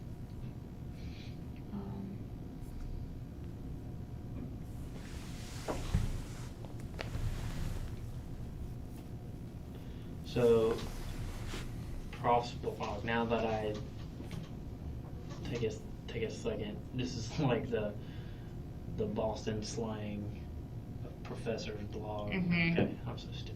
no. You're not in I that read world. that earlier, and I was like, man, that doesn't make a damn sense. I don't know what that is. I'll figure it out later.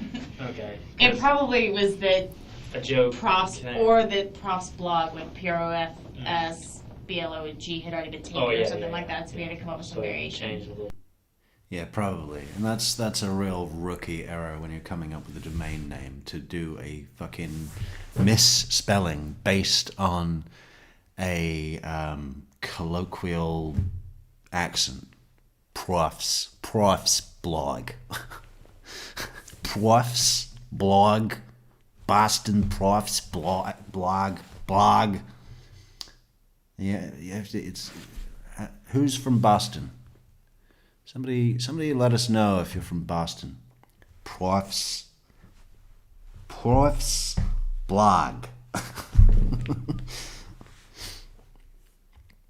It's funny, isn't it? Because if it were New York, it'd be like Prof's blog. Then you'd need to spell blog BLOYG. Prof's blog.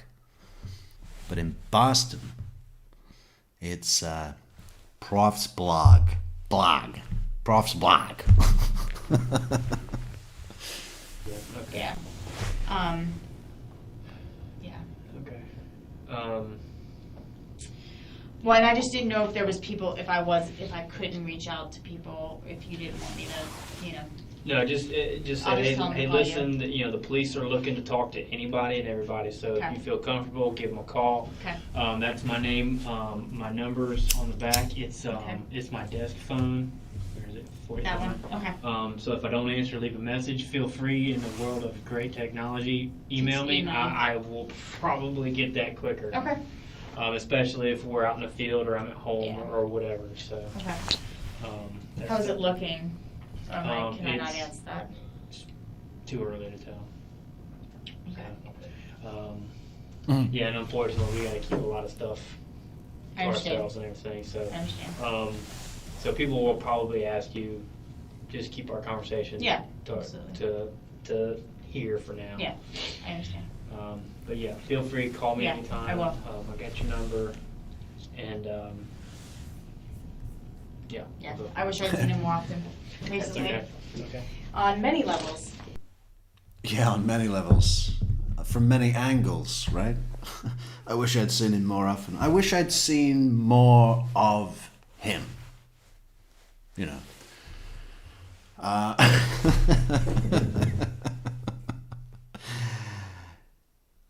Yeah. And I'm calling you tonight, Investigator Cherry, okay? All right.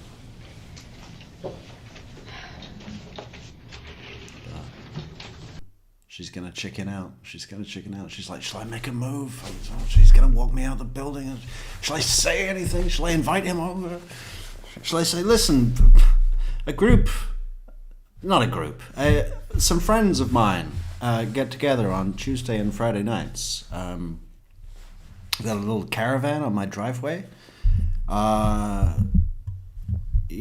Maybe if you'd like to come, we'd love to have you. Wink. We'd love to have you, Investigator Cherry. Okay? Tuesday and Friday nights. It's 3649 Barbary Drive. Caravan on the driveway. You can't miss it. Secret knock is...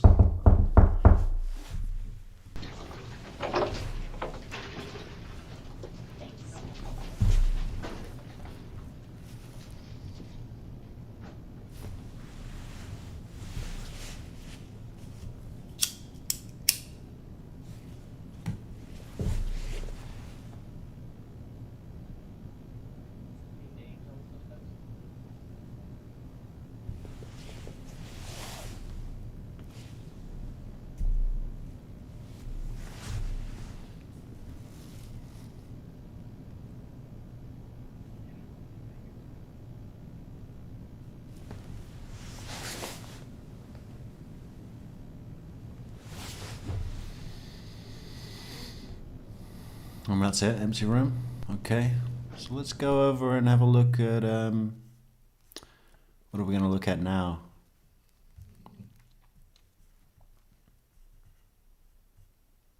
What are we going to look at now? What time is it? What time is it in America? Pretty late, right? Well, we're moving forward. They're just waking up in Bangladesh. We need to, the Greenbergs. Should we do the Greenbergs? I really hate them. Willie C. Hill. Willie C. Hill's quite good. Let's have a look at Willie.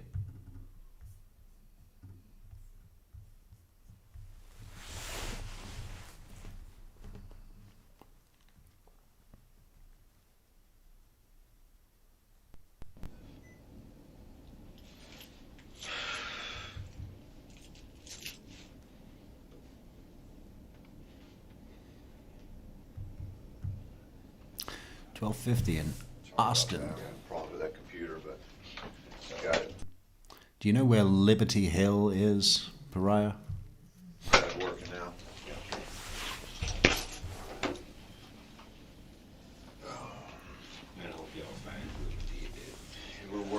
working around the clock, so we're trying to get it nailed down. It's awful, that's for sure. Yeah. If you don't mind, let me just get your full name. Willis C. Hill. Willis? I.E. I.E. Willie. Okay, Willie, sorry. C. Hill. Hill. What's your date of birth, sir? 1959. All right. Current address for you? 4161 Ballard Road. 4161 Ballot Road. Ballot? like a voting ballot?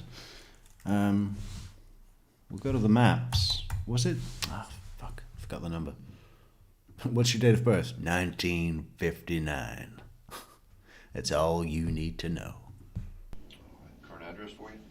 4161 Ballard Road. 4161 Ballot Road. 4161 Ballard. Oh, this is a much more modest house in the south side of Tallahassee, out near the airport.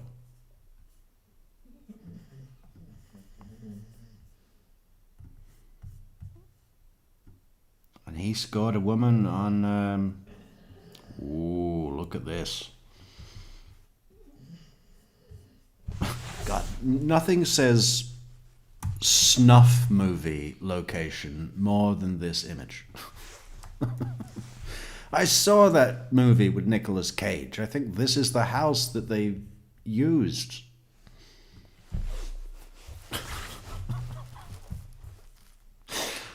Check this out. All right, say bye-bye, Baba.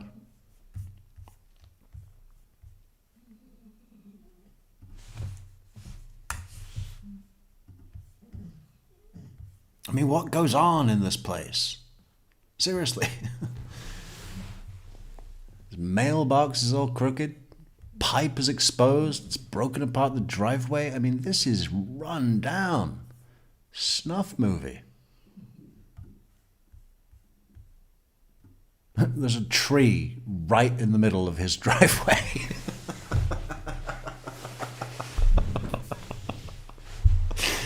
Oh, I fucking hit a tree. Drove into a tree. Where? On my own driveway. There's a whole selection of trees right in his driveway. What the fuck?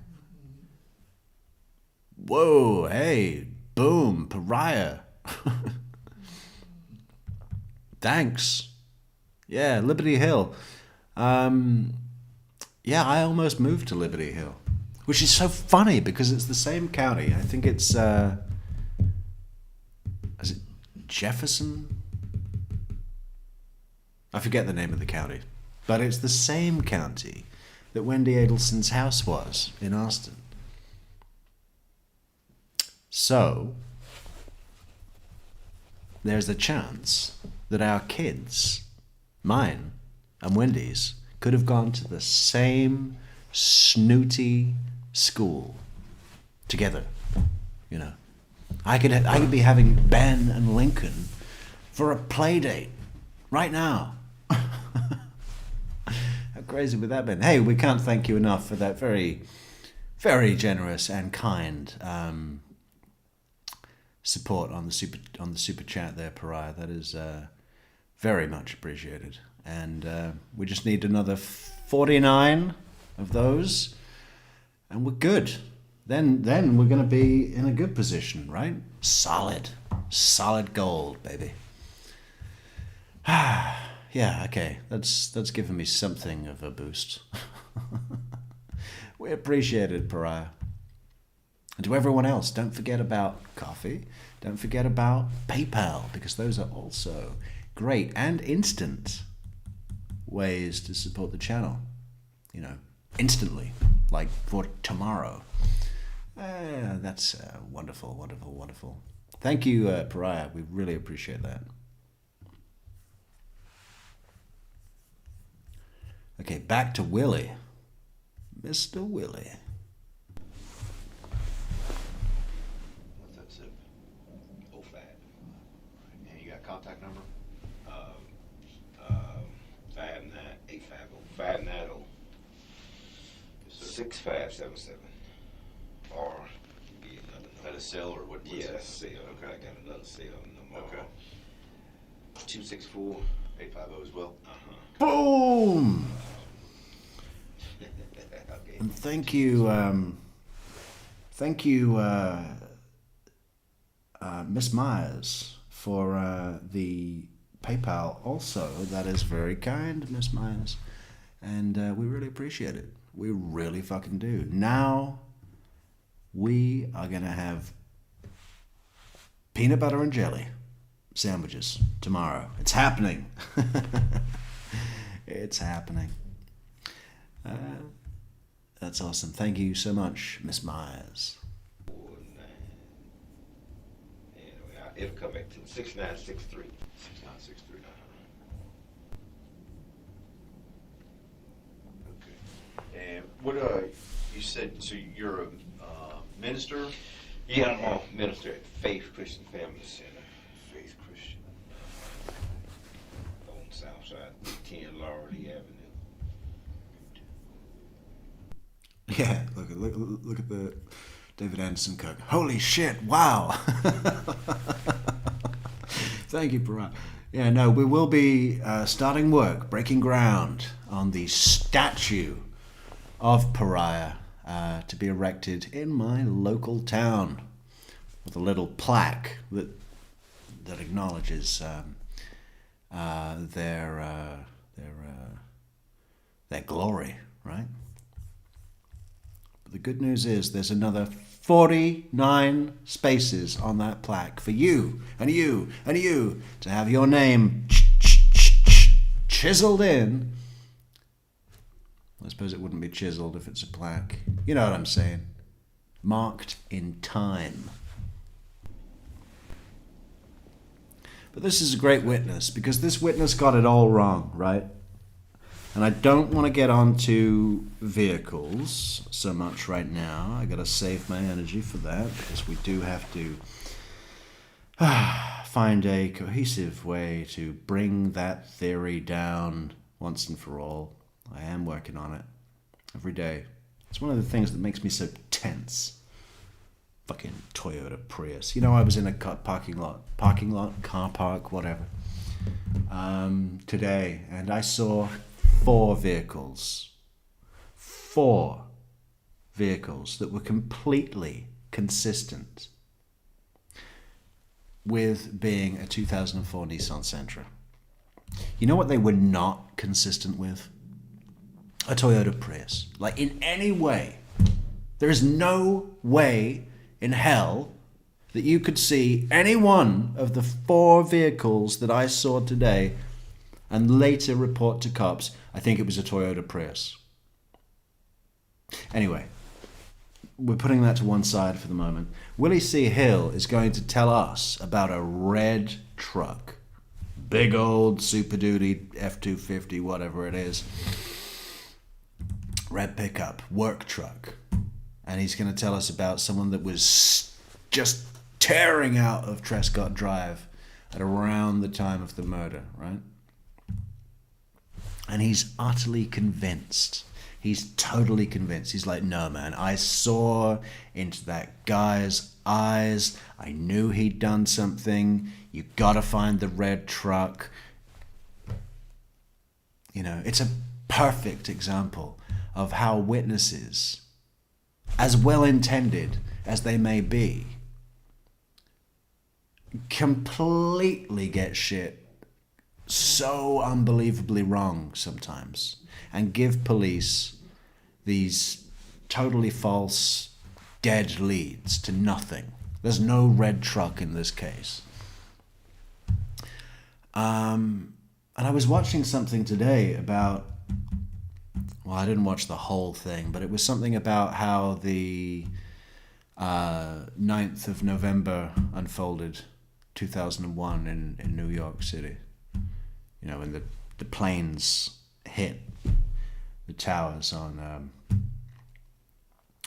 9th of November, right, 2001. And there was witness testimony who'd seen the fucking thing happen from the streets, who said, yeah, no, I think it was a small plane.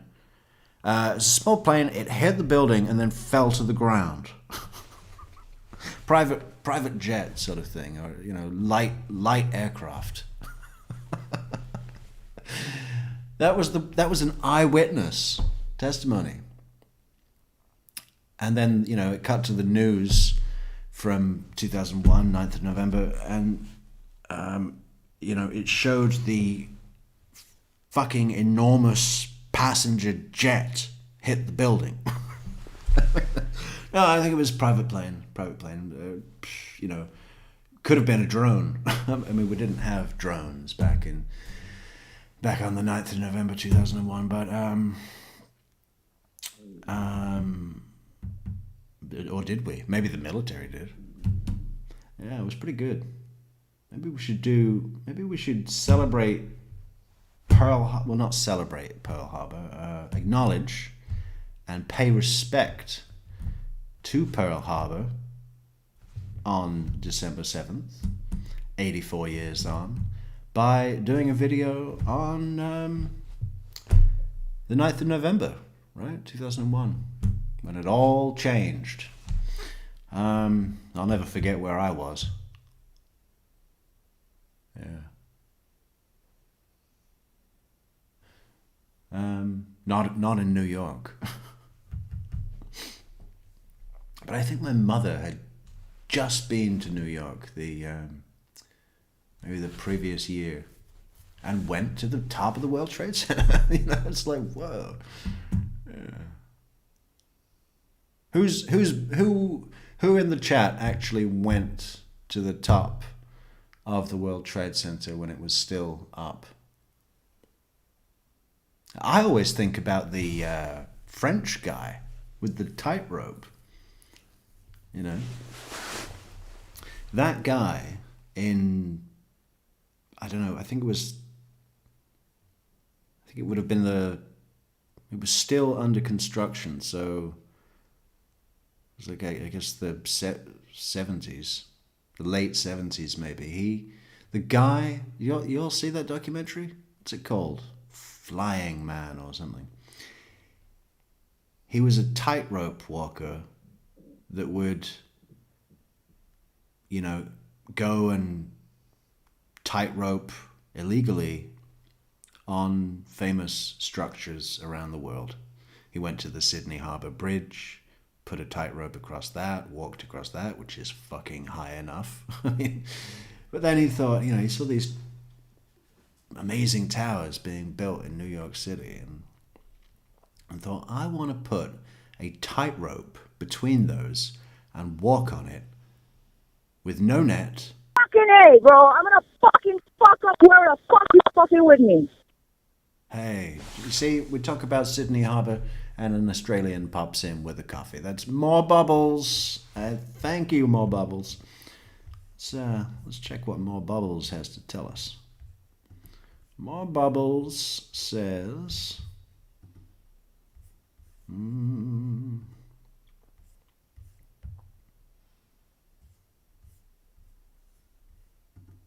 Oh, it's More Bubbles, please. Love you from Thumb, Australia. We love your thumb too. Thank you.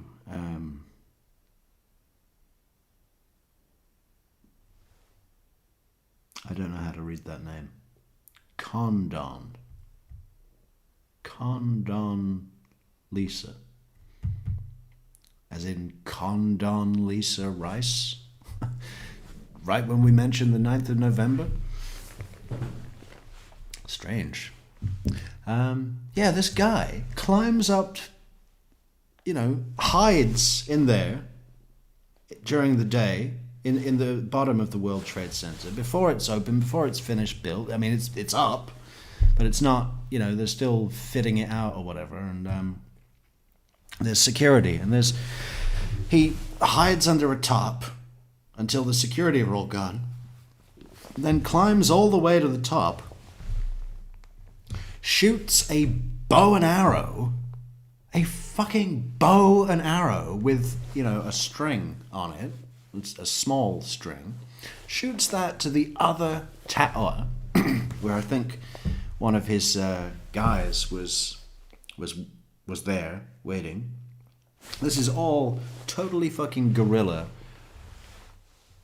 And, you know, then with the string that they shoot across with a bow and arrow, they start to pull, you know, a more substantial rope across. And this guy with this big long stick for balance just gets up and starts walking back and forth for hours. I mean, are you out of your fucking mind? What a thing to do. What a unique thing to do. And I always wonder what it must be like for that guy to have seen those planes hit the towers on that fateful November Tuesday. You know, incredible. Incredible. Must have meant more to him. So, did anyone go to the top? Let's see. Uh,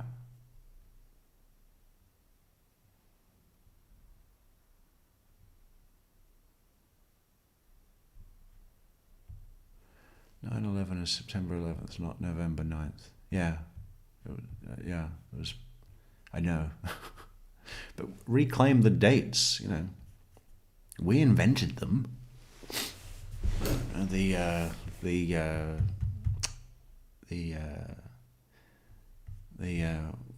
call it? What's it called? The Gregorian calendar. Yeah, that was us. So you know, it's November 9th.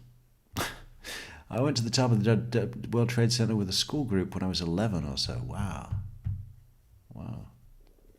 I was in rehab with a guy whose brother died in the South Tower.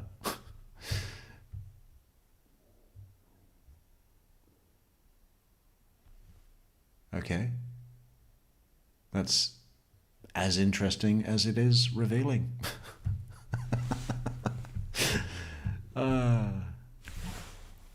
Man on a Wire, about French high wire artist Philippe Petit. Yeah, Man on a Wire. What did I call it? Flying Man. Man on a Wire is so much of a better name. 100%. Yeah, no. So nobody else went to the top, huh? Just R. Raguso. Yeah. Yeah, I really liked the buildings. Yeah, such a crazy thing. The only, I guess, job or position. And the one they've put there now, what the fuck? Like the skyscraper that's in its place now is like could not hold a candle to the Twin Towers, you know? It's horrible. It sucks. It looks cheap. It looks like something that they'd put up in Tallahassee if they had a skyline. Let's look at that. What is it called? It's just called the World. Is it called the World Trade Center? New World Trade Center.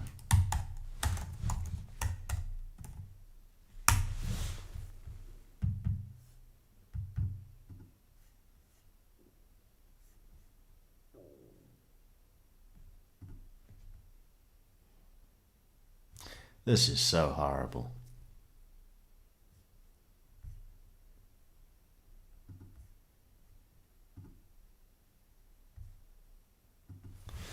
How could you, as a specific, reclaiming of pride and determination and all of the things that were surely symbolized in the construction, design, placement, and whatever else you want to say. The New World Trade Center 1 did not deliver anything.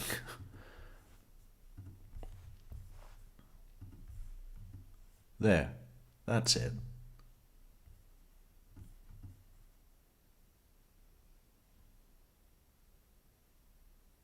Oh, are they putting another one?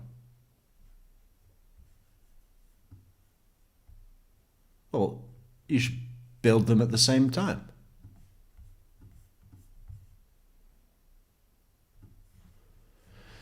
I kind of like how the bottom is, you know, reminiscent of the original. Oh, hang on, so that's the, yeah, Ground Zero, right? Yeah, I was there. I saw the hole. I saw the hole in 2003. When it was still pretty fucking fresh. Yeah, I just hate the building. You know, they should have just moved the Sears Tower and put that in New York. Or they changed the name of that now. What do they call the Sears Tower now? John Williamsburg Tower or something. Anyway, this isn't Tower Vision. We need to get back to Willie C. Hill. Hang on, Willis Tower. What the fuck is the Sears Tower called now? It's Willis Tower. Willis Tower. Ah, what the fuck? This is happening to me a lot. This is Willie C. Hill. But when the detective came in, he misheard his name, Willie C. Hill. He thought he said Willis E. Hill. And now we've come full circle to the renaming of the Sears Tower in Chicago, Willis Tower. How do things like that happen? I like things like that. They always make me feel like conscious or something. Well, no, I'm a vendor of barbecue. I sell barbecue. Okay. Yeah, that's what I do. Where's your No. Barbecue? Hey, do you know Chief Mac? 100% this guy is on first name terms with Chief Mac. He sells barbecues. You know? He sells barbecues. Who do you think his best customer in Leon County is? This job or position that you hold at this point, or are you doing? Well, no, I'm a vendor of barbecue. I sell barbecue. Okay. Yeah, that's what I do. Where's your No, location? mobile. I roll around town with the grill behind my truck. What company is it? Just so next time I see it. It's just no company. Just you got Okay. to see me in Oh, a okay. room truck with a grill. Okay. I got you. Yeah, No company, man. You know, no tax either.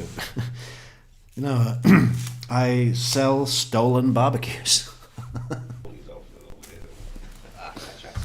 Okay. So this is regarding the incident from Trescott, and I guess just tell me. You said you were in the neighborhood on Friday. That was the 18th, correct? Okay. And let me just say something to you before we go any further. Off the record here, the lady that I'm visiting, we've been together for years, but we had a little incident last year. There was a court case, there was an injunction and all that stuff. So we went and got all that squashed. They gave us a no contact rule for a period of time. Yes, sir. You know, That's all. That's over with and everything. It's been put to bed. well, pretty much. Yeah, the naming, David Anderson says, calling it the Freedom Tower just paints another target on it. Well, let's hope not. But there is a funny culture, from an outsider's perspective, of the naming of things that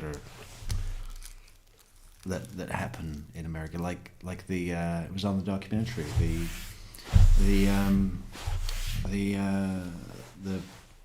what do you call it, campaign in Afghanistan following the 9th of November was called Operation Enduring Freedom. You know? Operation Enduring Freedom. I mean, apart from that being kind of a mouthful and a little bit difficult to say quickly, enduring freedom. Is freedom to be endured? I mean, it should be enjoying freedom. Right? It's enduring pleasure. Enduring, you know, I like the names better in Jason Bourne. Operation Blackbriar, Operation Treadstone. That just has that secret dark ops vibe to it that's so good. But maybe that's just fiction. Operation Enduring Freedom. I mean, Desert Storm was good. Desert Storm. You know, as far as a naming convention, that was good. But it's still going on. So they tell me we can't have contact with each other. So Okay. off the record, Okay. I'm just gonna tell you what I seen. Okay. All right. Yes, sir. This guy, I was coming out her garage that morning. Okay. Can you tell me where she's located? Yeah, 2017 Trescott. 2017. Mm-hmm. At what time did you get to her? How were you there overnight, or did you get there that morning? Yeah, I was there overnight. Overnight. Okay. And I was leaving to go to work. Okay. And I saw his truck just. What do you mean you were leaving to go to work? Who gets a barbecue delivered at 9 in the morning? I guess it could be any day, any time of the day, right? I was leaving to go to work. Yeah, I was leaving a house that, I mean, he's going to tell us in a minute, but there was a court order or something to say, yeah, you. I don't know if it was against him or just the couple, you know, bidirectionally, but it was like, okay, there's a no contact order.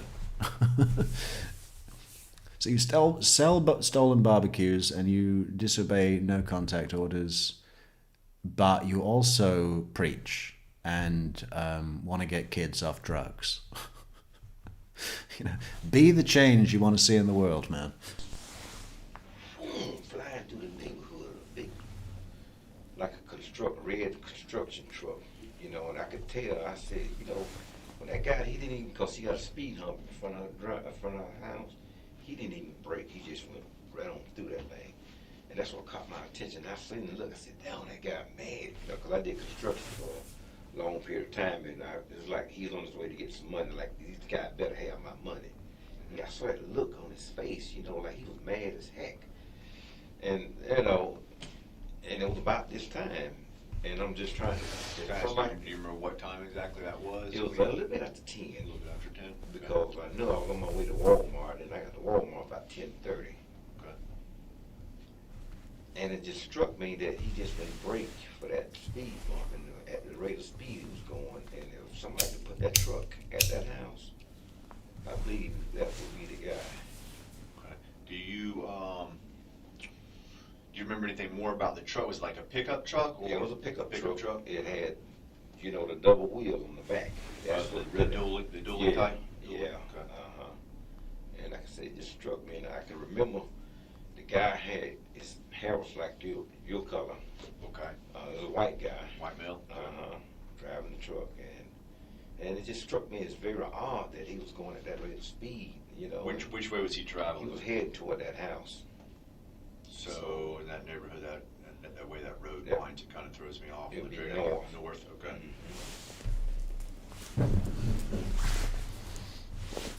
Now, you never actually saw the vehicle stop or anything, that it just continued from what you know? Yeah. I mean, I just thought it was odd that he would, you know, go at that rate of speed. And Anything else on the truck stand out? Any damage? Did it seem older, newer? yeah, it wasn't a newer truck. It was an older model. But I remember it had little big double wheels on the back, and I think it was like a maroon type color truck. Did it have like tools and stuff in the back, or? Couldn't tell you. Couldn't tell, Okay. okay. A little after 10, north through the neighborhood, and just going at a high rate of speed. A little after 10, so before the murder, even. And it may be something, it may not, but you know. No, hey, everything right now, we're taking everything we, anybody that saw something, so, Yeah. Definitely. And, white male, he said he kinda had hair like me. Anything else that you remember about him? Well, just the look on his face, like he was mad at the world, you know, he looked like he wanted to kill somebody, you know, and, you know, just listening at the news and hearing all this stuff made national news about this guy, and he left behind 2 kids, and she was telling me about the wife when they cleaned up the bank accounts and all that kind of stuff, and so, you know, anybody, I don't know. Did, your friend, lives in Trescott, was she familiar with the family at all? No, No? no, not at all. She probably couldn't tell you nothing, because she got a daycare there, and she keeps children in the house, so. Okay. She didn't recall hearing anything that morning or see anything? Okay. No, All right. nothing at all. Okay. All right, and what, have you been back, did you go back to after you left that day, did you go back to the neighborhood that day at all, or? But later on, I was out working, and she called me, and she told me that there had been a murder, somebody had got shot in the neighborhood, so. And she just knew that from watching TV or Yeah, whatever? and the parents were calling her because they had apparently heard that they was concerned about, I got you. what was going on, but, like I said, if you can put that truck at that house, the look on that guy's face, he looked like he wanted to hurt somebody, he was pissed off, Okay. All right. you know. Okay. On another note, they were saying that you wanted to see about setting up some type of, Yeah, with the chief about all this gang, this shooting going on, man, this is ridiculous. And you know, what really irks me is the fact that these so-called religious leaders want to get on TV and the newspaper and act like they're going to do something. They ain't doing nothing, man. They just talking. The bottom line is we got to go in and break up these gangs.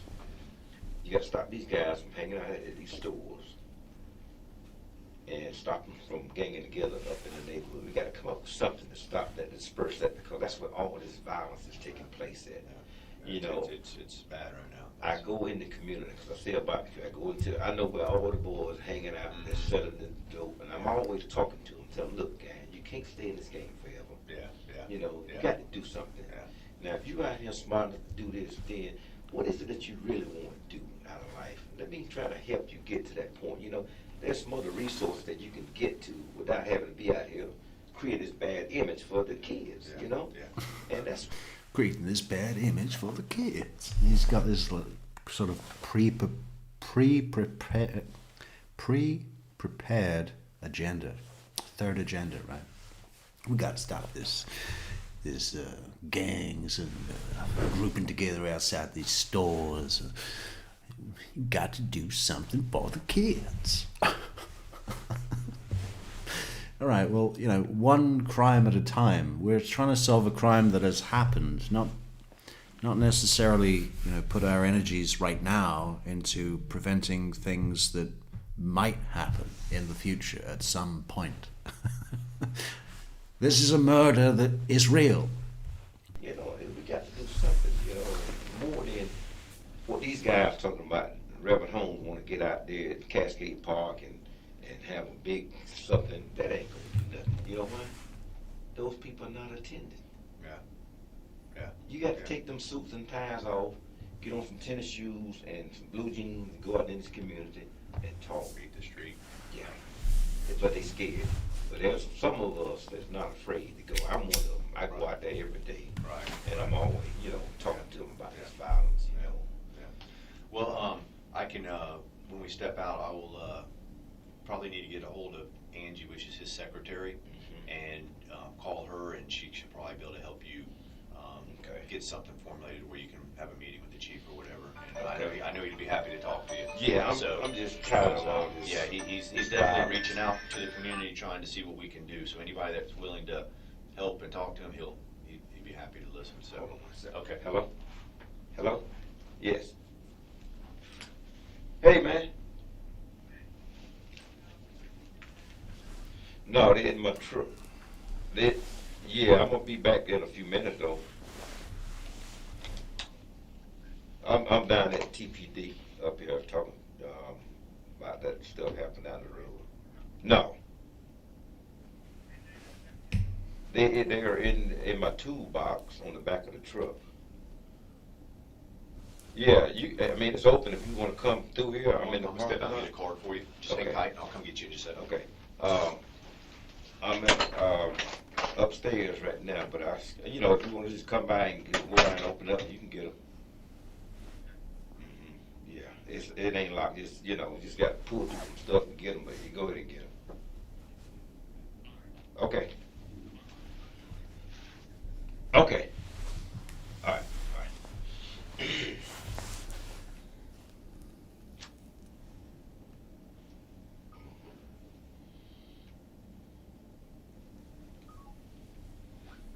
I sell barbecue to Chief Mac. He's my only. I only need one customer in Tallahassee, and it's Chief Mac. Every week he calls me out. He's got me working on something special. A new barbecue innovation. It's called the Upside Down Grill. Okay, it's where we have the flame on top of the meats. So I'm working on that.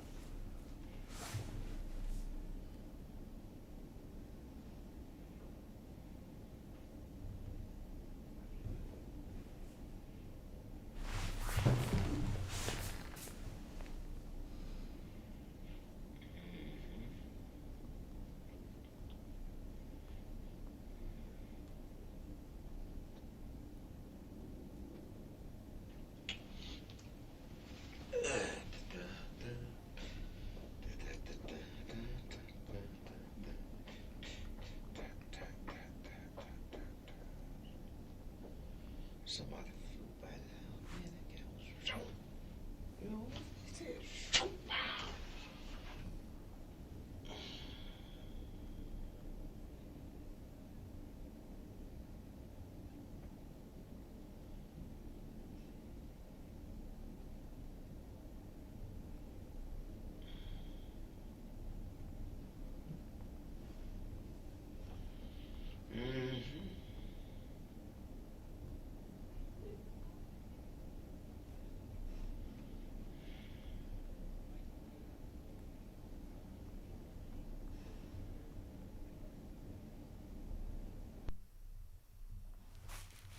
Oh, he's finished as well?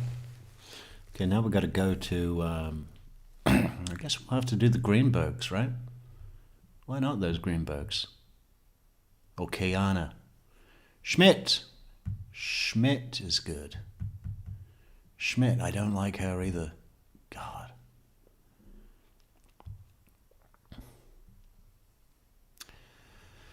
We'll do Greenberg, because we're doing an investigator cherry day today, right?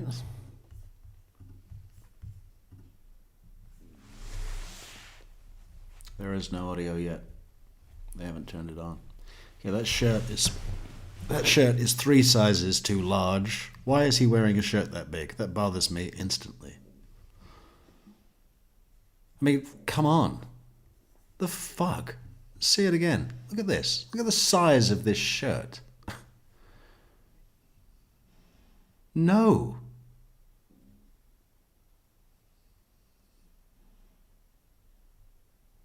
mean, he doesn't look like someone who's recently just lost 100 pounds.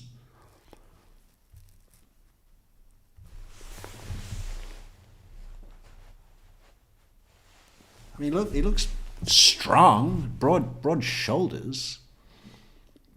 Or is that just the shirt? The tent that he's put on instead of a shirt.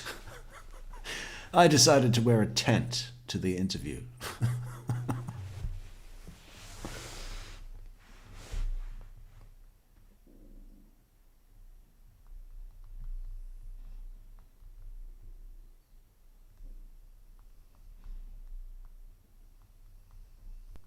She's going on. She's telling us to do some other stuff. I said, "We'll just take food out of the freezer for you." I'll handle that. Okay, Phil is 416. This is Investigator Isom. He's How are you? the lead investigator. Alex Greenberg. Alex. Maya. Maya, Weber. good to Nice meet you. Nice to meet you too. I was telling Maya, I remember seeing her at the Yeah. memorial, but I didn't realize that she was your wife at the time. Yeah. Yeah, we were too. Good eye. I'll do this later. I'm sorry. Sunday. Cairo, Pearl Harbor. right? Cairo. Nice up there. It is nice. It's nice here too. Yeah, it's A lot more nice. to do down here. Yeah. Don't shit on Tallahassee, General. Okay, so we got Isom and Cherry in on this one, I think. Or is Cherry just... maybe it's just Isom. It doesn't matter. We do everything down here, Oh, really? Except work. except for work. What's y'all's, what do y'all do? I'm a dentist. Oh, really? Oh, really? Florida, Auburn? Georgia. Georgia, sorry. I guess All Cairo should have all been the ones the big- around here are Florida or Auburn. The Yeah. old guys are all Auburn because Florida didn't have a vet school back Right. then, so all the older vets went to Auburn. Got a Okay. contract Yeah. in Florida. So you're a vet. That's what you just said. Are you really? Okay. And your practice is in Georgia. In Cairo. We got one in Camilla too. Cairo is the main one, and we have a smaller one in Camilla. Is it just domestic animals or? Both. We have there's 5 of us in the practice. Oh. So there's the money comes from small animals, but we do a lot of large animals. There's a lot of cows. There's cow work every day. Less horses, less goats, but very few pigs. I say my girlfriend, well, she doesn't know where she worked at the North Florida Yeah, hospital right down there, and a lot of those there are a lot of Auburn. Yeah, those are all Auburn guys. Randy Yeah. Simmons. Yeah, George Simmons Man, is my dog just tore both of its rear, ACLs. the main ligament. Start with the C or something. but Anterior cruciate, cruciate. that's it. Cruciate. I don't even TPL. tell you how Wait a much minute, that I've had cost. that. That's the same in a dog. It was more than that. That place is the most expensive place. Yeah. But It she is, did it at they're the same most time. expensive. Both So, at the same time, TPLO is on the back. so they Fracture offered him. right there. I don't know what all they did, but it's been 3 weeks and she's still got to be accredited for 8 weeks. So it's been Yeah, it's a listen mess. to- How We does got she that little carry? sling for her. How- She's active and she chases the squirrels and climbs our fence. What kind of dog is it? It's a mix, I don't know, but she's always climbing the fence, and she tore one before and just let it heal on its own, and then she just decided to tear after them again, and she tore them Well, both once at they the same tear time. one, they stop bearing weight on it. They're really, then it even if started- they don't look like it, they're really putting more and then weight it on started it. to get And mixed it's really up a worse. genetic thing. It's the angle of that tibial plateau is steeper in those dogs that do it, and Okay. so it chronically, it ain't like a football player that Right, right, hyperextends or whatever. They can just stand up and bust it. Oh, yeah, yeah, and she came on that fence and she was in pain, and Oh. she wasn't walking after that, so. Yeah. so Had to do something I tell you. Is it MIA? MYA. Is your practice up there in Yes, I'm Cairo? in Cairo too. I guess y'all worship at the same temple that, Well, we started a different one. okay. I used to be very involved with the Chabad one, the one on Meridian, and Danny would come there a lot with his kids. He would come whenever there wasn't something going on at Shamray, that's the one I grew up at, but as an adult I was going to this other one. I became friends with him. Boy, I knew him and Wendy, but mostly he was the one there most of the time. And then when he got divorced, we just became we invited him to our house for, I asked him if we could do anything. He said, well, I don't have any place to go for Shabbos, for Friday night dinner. And we said, well, come on. And he said, well, it's kind of a long drive back to Tallahassee. Can the kids stay? And we said, That's sure, just you know, so he'd stay in the guest room with his two boys, and it just kind of developed into That's how it happened. a lot. I mean, you know, come in, I bet he spent at least one of Two. every three, you know, Yeah, up there two on Friday night. two a month. Not every month. Well, fine, whatever. Two. Two of three, 2 of 4, or, you know, 1 of 3, whatever. Especially over the last probably 6 months, to be honest, it was a lot. I think it was even more so. Just Until he started dating Amy more and going to New York. well, yeah, he was gone more to New York, but when he was in town, it seemed like he would hang out more. More you with know, us, like yeah. not just Friday night and Saturday. But, I mean, he did Thanksgivings. He was here for 4th of July's. You know. Yeah. I It was mean, like there a lot. family, yeah. Well, and I don't know if his parents contacted you yet. They were just, he was I was talking, just talking that's to what his we were mom. downstairs, because he was on the phone Oh, with with his mom. with his mom, so. Yeah. About the house and Yeah, stuff. I gave him the key. the I gave him the key. Well, So we'll I'm only- not planning on we're gonna go get the freezer empty like she wanted, but And only she follow wanted whatever to do, instructions. well, she asked me not to give it to anybody except for maybe Sam Kimmelman or police, I guess, you know, if y'all need do y'all don't have a key yet? We've already been to the Yeah, house. so we. Okay. And I just want to know who the key holder's going to be, and it sounds like it's going to be you. Yeah. Okay. So if we need, for She whatever did reason. mention, I may end up, I couldn't hear her very well on the phone, but she sort of halfway mentioned that maybe Sam Kimmelman might be okay to make a copy for her.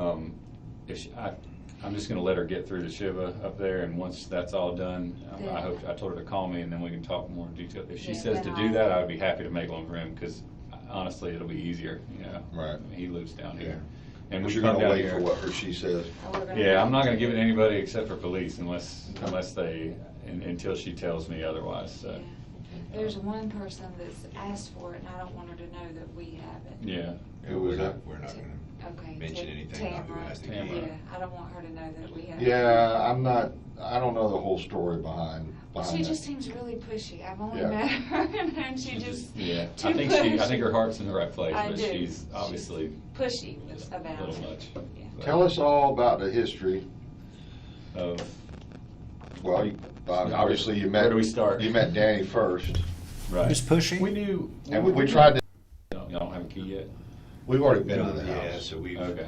And I just want to know who the key holder's going to be, and it sounds like it's going to be you. Yeah. Okay. So if we need, for She whatever did reason. mention, and I may end up, Yeah, we've already been to the house. We had to go to the house to pick up his fucking lifeless, dead body. It was still alive, technically, but yeah, we've already been to the house. I couldn't hear her very well on the phone, but she sort of halfway mentioned that maybe Sam Kimmelman might be okay to make a copy for her. I'm just gonna let her get through to Shiva up there, and once that's all done, I told her to call me, and then we can talk more in detail. If she Yeah, says to then do I'll- that, I would be happy to make one for him, because honestly, it'll be easier, you know? Right. I mean, he lives down here. Yeah. And But we you're come going to down wait here. for what she says. Oh, we're gonna- Yeah, I'm not gonna give it to anybody except for police unless until she tells me otherwise, so. Yeah. There's one person that's asked for it, and I don't want her to know that we have it. Yeah. Who was that? We're not gonna Okay. mention anything about who Tamara. has the Tamara. key. Yeah, I don't want her to know that we have it. Yeah, I don't know the whole story behind She that. just seems really pushy. I've only Yeah. met her, and she just Yeah, too I think pushy. her heart's in the right place, I but do. she's obviously pushy just a about little it. much. Yeah. Tell us all about the history. Of, Well, obviously you met. Where do we start? You met Danny first, right. We knew. and we tried to, and we were going to do this separate. So that's fine. Just like we can't listen to two people Okay. talking at the Okay. same time. Okay. So one can start, and the other one can fill in the blanks or whatever. Okay. Let me start, because I think I Okay. knew him You first, knew him really. first, you did. You know, just again, because of at Shul, and this was at Chabad, and that went on for a while, and it's mostly he had a, he didn't know, but he's an intellectual, you know, he likes to talk and debate things all the time, and so we were discussing religion most of the time, and you know, eventually I met Wendy. She came for something, and he had shared it over time, sort of. I knew when they were starting to have some disagreements, you know, and it was a lot. I knew about it because it was religious stuff. A lot of times, it was him wanting to be stricter. He wanted to be stricter in his Oh. home as far as keeping kosher, and Wendy didn't. So it Right. was just, little things like that. Which, I mean, we were even We going through were, that at yeah. some point. So it was, I was like telling him about how, well, I understand, you agree, well, we're gonna compromise, we're gonna do this, and then she wouldn't do that, and he would be like, well, I'm compromising and trying to make an agreement, it's those kind of frustrations, and honestly, we went to Shabbos, we went to to their dinner house. once. You understand, if you don't understand a word we're saying, we went Friday night. Friday night. I just, it's like, she was saying the other day, fatoy. Okay, that's I've never heard that word. Feh, she was feh is like an old Feh. Yiddish lady, like it's like I'd you know never the old heard thing, that like term before. you spit when you say something. Like feh is just like a Yiddish bad version of toy. So she was Right. saying fetoy, meaning Like a Oh, weapon yeah, or yeah, sword yeah, or yeah, gun that's what or something. I've never heard that before either. We've you never know, heard it. She just meant feh, like feh meaning like fooey, or Okay. like feh, like it's Yeah. bad. I don't want anything to do with it. So feh toys to her was violent toys, and he was like that too. We He used was to kinda like make fun that. of him a little bit. It was funny. We had a Barbie movie playing, and it was like Three Musketeers, and they were doing Yeah. swords. And he came in, and he was like, "Maya, I think there's too much cartoon violence on the Yeah, TV." we checked what it was, and it was Barbie. We were like, going, "Daddy, it's a Barbie movie. Yeah. I think it's I mean, we okay." feel guilty a little bit because we Yeah. kind of were like, We didn't. Danny, like, man, You're going raising wusses. overboard. Yeah. You need to. Those boys don't want to be like that. You Yeah. know, because our boys are kind of rough, and I mean, even made me get my dog out one time. Remember? Yeah. I had a dog. I have a big Great Dane that attacked one of my other dogs, and when He didn't want him do there. his own, He so didn't I want had to the bring him dog, up to so we my had to office. take it to the office. Okay, go back to Okay, it. getting sidetracked. You had shop. Yeah, so Yeah. Shabbos dinner, and we were like, because we were still fussing a little bit Yeah. in between us back then, and I remember because they were so like, almost like Loving. overly perfect, you know. Perfect. I remember leaving going like, golly, you know. Yeah, I told him, I was like, I felt horrible. I was like, I'm a horrible wife. Yeah. You know, they're all happy and lovey and singing and dancing, and here I am just like. Right, and he had shared even by that point that they occasionally had disagreements, but I didn't know, because probably 6 months after that, I realized they were having more disagreements, and I mean, I think they were even in counseling, Yeah. Okay, does anybody actually enjoy being around couples like that? That are happy and lovey and singy and dancy and calling each other Mr. and Mrs. Bear? Come on. You've all been around couples like that at one point or another, right? Has anyone actually ever enjoyed that?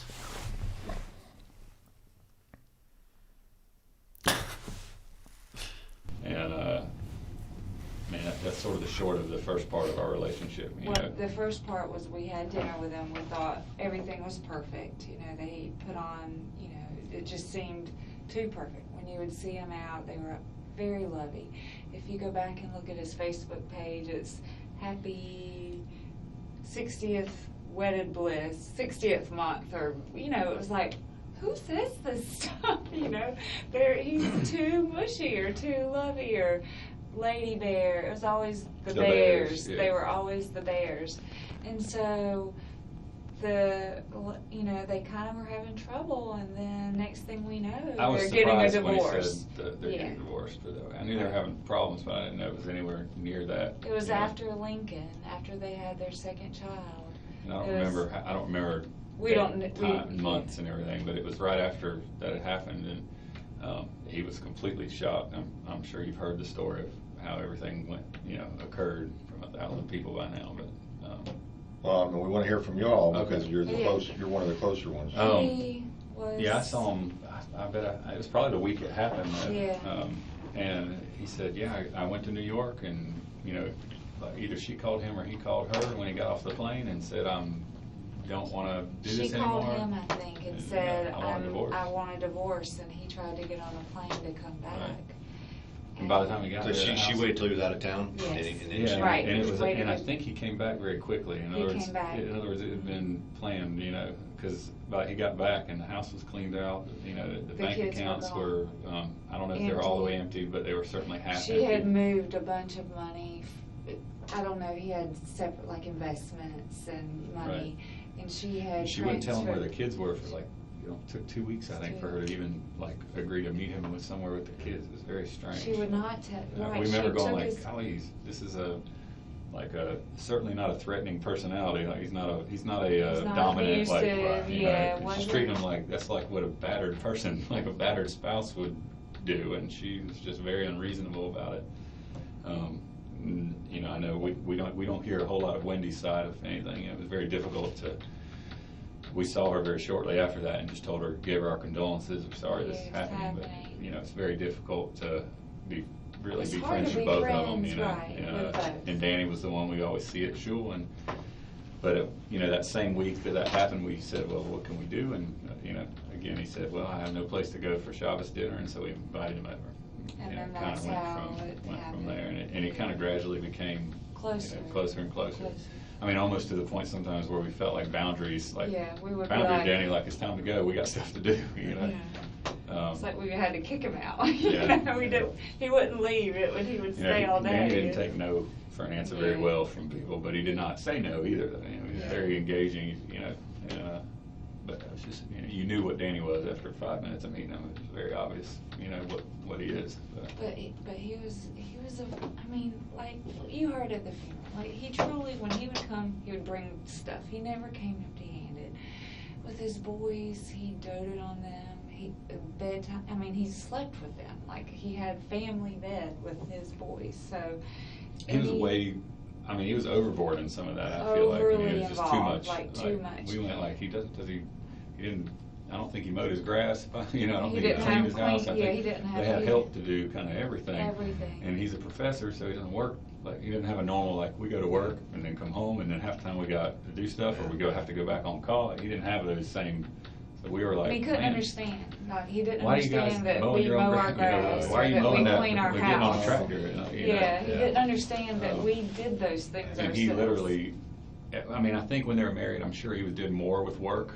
You know, I mean, in fairness, I'm sure he was out of town some. He traveled to and, Israel some. Yeah, I'm sure it was. But after the divorce, when he had the kids, and he didn't really do anything else. You know, we joke he could fill our schedule up, and if we couldn't do it, he had other people lined up to do stuff with. You know, I think through this divorce, you know. Again, it's his perspective that we know, but she was pretty unreasonable about a lot, and frankly vindictive and mean. You know, she just did not. You know, he would kind of agree. He constantly tried to kind of keep things civil, and he never, even with us, he shared details, and it wasn't ever really like mean to her. It was like he was upset at what she did, but you know, there's a difference. Like you know, you can get think mad it at was somebody more she and would talk bad communicate. about them. And, Like he wanted to talk to the boys on Skype every day, even if it was her day with them or they with her. He expected her to call him to let him speak to the boys. I think that was in the in the divorce agreement they were supposed to do 20 minutes a day. You know, she wouldn't do that, and he that bothered him, and she had a ring of his uncle's that he wanted back, and she wouldn't give it back, and she said if his uncle asked for it, she'd return it. Well, he asked for it and she wouldn't return it. You know, it was little and he's things. like 98 years old. Or Yeah, something, you know. it was things like that I think once the custody agreement was settled where it was almost 50-50, that's all he cared about to kind of settle the divorce. But once he had that custody locked in and he started thinking about those things, that's when he was like, well, I'm going to fight for it. You know, I'm going to go back and I'm going to fight for this. I think the change was the relocation, the conflict they had. When that happened, It's a great tactic from Wendy as well, you know. It's like, the ring, the diamond ring from the Holocaust that's been passed down since the Holocaust. I'm keeping it. It's mine. Even though when we got married, I said that it wasn't appropriate for the type of dress that I had and demanded to be provided another ring. And kept this one. Well, I'm keeping it again. And he's like, well, you've got to return it. That's my family heirloom. Well, I'm not going to. Well, you're my uncle's really. Well, okay, I'll let you. If your 98-year-old Holocaust surviving uncle calls me and requests it directly, I will give it back. You know, she's thinking, well, he's not gonna hassle the fucking old man. you know, but he did. And then the old man called and she said, no, no, it's mine. I think in his mind, he switched to, because I do feel like before that, he was kind of giving in to everything she wanted. He Because was just she trying to wanted save custody, the idea that they were both going to be able to communicate And nicely and raise co-parent, these kids. which That's the was word he never used, gonna happen. co-parent. Co-parent. And I understand her perspective in that she was trying to get away from him. And she, you know, and here, even on her days with the kids, he's got a Skype with them. You know, I understand that can be frustrating, but that's their agreement, you know. But when that happened, I think it switched a little bit, and that's specifically what I want to tell you. I mentioned it at the memorial. I'm sorry I wasn't very much. No, no. You know, I had slept 2 hours and driven a lot and upset, but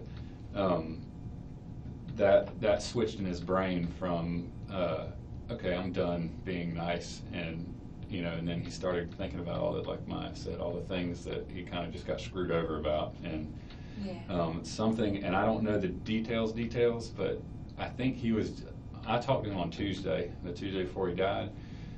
We were at Panama City Beach, or I was at Panama City. She was working, she didn't come till late that night, but, he called me, so I called him back, and he said, I got good stuff to tell you, you know, I got lots of big stuff going on.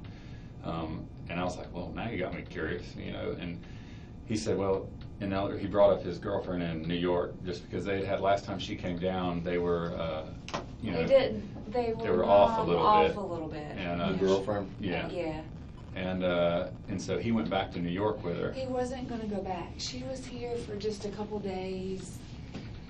She was here. She was supposed to be here for longer than she was. Longer than she was. And she was spazzing out because her kid, she's recently divorced too, or I don't even know if they're I don't know actually if it's divorced all the way final. yet, Yeah, I but don't know her if it child their one child was Was at at camp, camp. and he has some ADHD. He like was he has some kind diagnosed of with ADHD. hyper kid, I guess, but she was upset about him, you know, and so she was going to leave her. When she came, she agreed to come, but she was only going to stay a little bit, and then he ended up going back with her. With her. And then when he came back, you know, apparently they had kinda some kind of worked a good breakthrough, like you know, everything. It was a good thing that he went with her. Are we they talking kinda, too much together? No. Yeah. So Okay. there was a little bit of tension the last time she was Tension down, when and so she then was like they worked it out. They worked Right. it out. But I don't think it was tension like their tension was that she didn't want necessarily the She- relationship out in the open at that point. Yeah, she you know. didn't wanna make She it was like, I'm not public, even and Danny legally was- divorced all the way yet, you know, that Y'all kind of met her? thing. What's that? Y'all met her? Yeah, Yes, we met her yeah, twice. Yeah, we had She dinner came down with her. twice. Yeah, she Right. stayed at our house the one time. Yeah, the first time she came, They we went to stayed at our Williams in house. Thomasville, and then you know came back and they stayed there. stayed at our So, house. The second time we had dinner at Mosaic. I don't remember what restaurant, whatever it is over by. Market Square. Mount Market Square. I think There it's is Mosaic. a Yeah, mosaic in there. So when the 2 times she's come, one time she stayed at our house, and the second time we just met them for dinner. And she seemed fine She's to us, wonderful. but we really She liked doesn't her. travel well. I'll just say she hates flying. She just doesn't travel well, so she panics. Yeah. Literally But panics. they you know, bottom line is I think they kind of finally agreed how they were going to handle everything, and like he said, he specifically said I made it kind of a breakthrough with Amy, and you know, blah blah blah, and everything was good. And that case that he had going on in New York, he was excited about working on that. You know, I think financially it was a good thing for him, and I think probably ego-wise it's probably good for him. Yeah. And that's it. But and this is again, Amy's the one who told me this, but because I already knew about what was going on with his case. So they all had lunch, or was it dinner, at Mosaic? Do you think Wendy Adelson didn't know about that? She probably followed them there and then wanted to go to check if it was kosher. He's been going on about kosher for years, but he had dinner at Mosaic with this new 10-year-holding, old money girlfriend of his that's prettier than me. And she was force-feeding, she didn't need to force-feed him, she was feeding him bacon-wrapped shrimp. You know, with the divorce case, and today I called to check on Amy, and she said that he filed all that stuff. I think on Thursday, the day before this happened. It could Or he potentially was get supposed to Wendy file it. disbarred or something. Yeah, there was a big big thing. I mean, I can't remember every detail of it. Again, I'm not a lawyer, but I think she perjured, basically, is what it is. He said she did not disclose certain things, and they're Financial under things, oath, you know. under oath. And I think going back, I don't know how big of a deal they were. I think some of them were some of the complaints were probably not that big of a deal, but he was going to file sanctions right. against her lawyer. And her lawyer even. They I quit. think her lawyer was going to be a problem. It was going to be in potentially some issues with her profession, and enough that I know the lawyer quit. You know, like Recused themselves from their her lawyer answers. quit after he started all this, and then his lawyer quit because, or Danny said, because he felt that lawyer felt bad for going after another lawyer. Well, I thought, didn't his wife work paralegal or something? He didn't tell me that. He told me because he didn't want to go. He felt guilty for going after another lawyer. I don't know what you're talking about with the paralegal. I thought, yeah. Well, tell him that. Well, I don't know, that one lawyer's wife paralegaled for another lawyer and it was a conflict of interest. But I have no idea. You know, that's all I know. You know. That's what you heard him say, something like Yeah. that? I have no idea. Now, that's the only thing as far as like the whole Wendy thing. Now, Danny did, after the divorce, he dated a lot of women. He would tell us about it. You know, he was very open about it. And, you know, some of them he would tell us a lot. There was one in particular that was married. And I found their names today. Yeah. Okay. I had to call Amy because she these are all legal academics. All three They're of them all were lawyers. And Amy was academic. aware of all of them, his Yeah. new girlfriend. Yeah, Yes. she knew all about it, but she knew they were before her, you know. But there was she doesn't know one- one of them. yeah. But you want me to? You could tell. Okay. These are their names. These are the two names. Lisa Kerr. She was I think married. she was still in contact with Danny and friendly. None of Okay. these were serious relationships. Araguso says, little funny hearing nice Jewish couple with southern drawl. Yeah. I had this Great Dane over at the Shabbat dinners. I know exactly what you mean. I mean, personally, this couple are in here going, oh my God, you know, Dan and Wendy were so lovey and singy and cuddly, and I find this couple way too much. Way too much. It's like, okay, you have a good relationship. Great. Good for you. You don't need to show us all day. I mean, yeah, I couldn't be around these people for 5 minutes. Because they're just, you know, I just don't believe it. I don't believe anybody gets on this well. But, you know, at least not on Danny's perspective. Unless it's satirical and with a degree of sick humor. Then, you know, or maybe that's just me. Maybe that's my problem. But as far as just being, you know, a good, you know, couple in society that aren't offensive or troublemakers, I never believed that. I never believed that's real at all. But it's probably because of my warped, twisted view of the world. This one, Nancy Leong, was the one that I remember this happening. She was the one who was married. She's married. She kind of freaked out on him. They were supposed to meet at the beach one weekend, and it was supposed to be like you know, Danny was excited about it, and she got there and was like, you know, don't touch me. You know, she met him there, but Yeah, it was and I can't verify. I know that Nancy was one of the names of the girls, and Lisa was one of the names. there was Amy no- said she knows that's the one that Danny talked about that was crazy, that Yeah. did this. She knew She they went was to the beach and married. everything. And her husband is actually applying for a faculty position at FSU. She told me, Amy told me today that Danny didn't want really anyone to know that him and this girl had hooked up at some point because Nancy.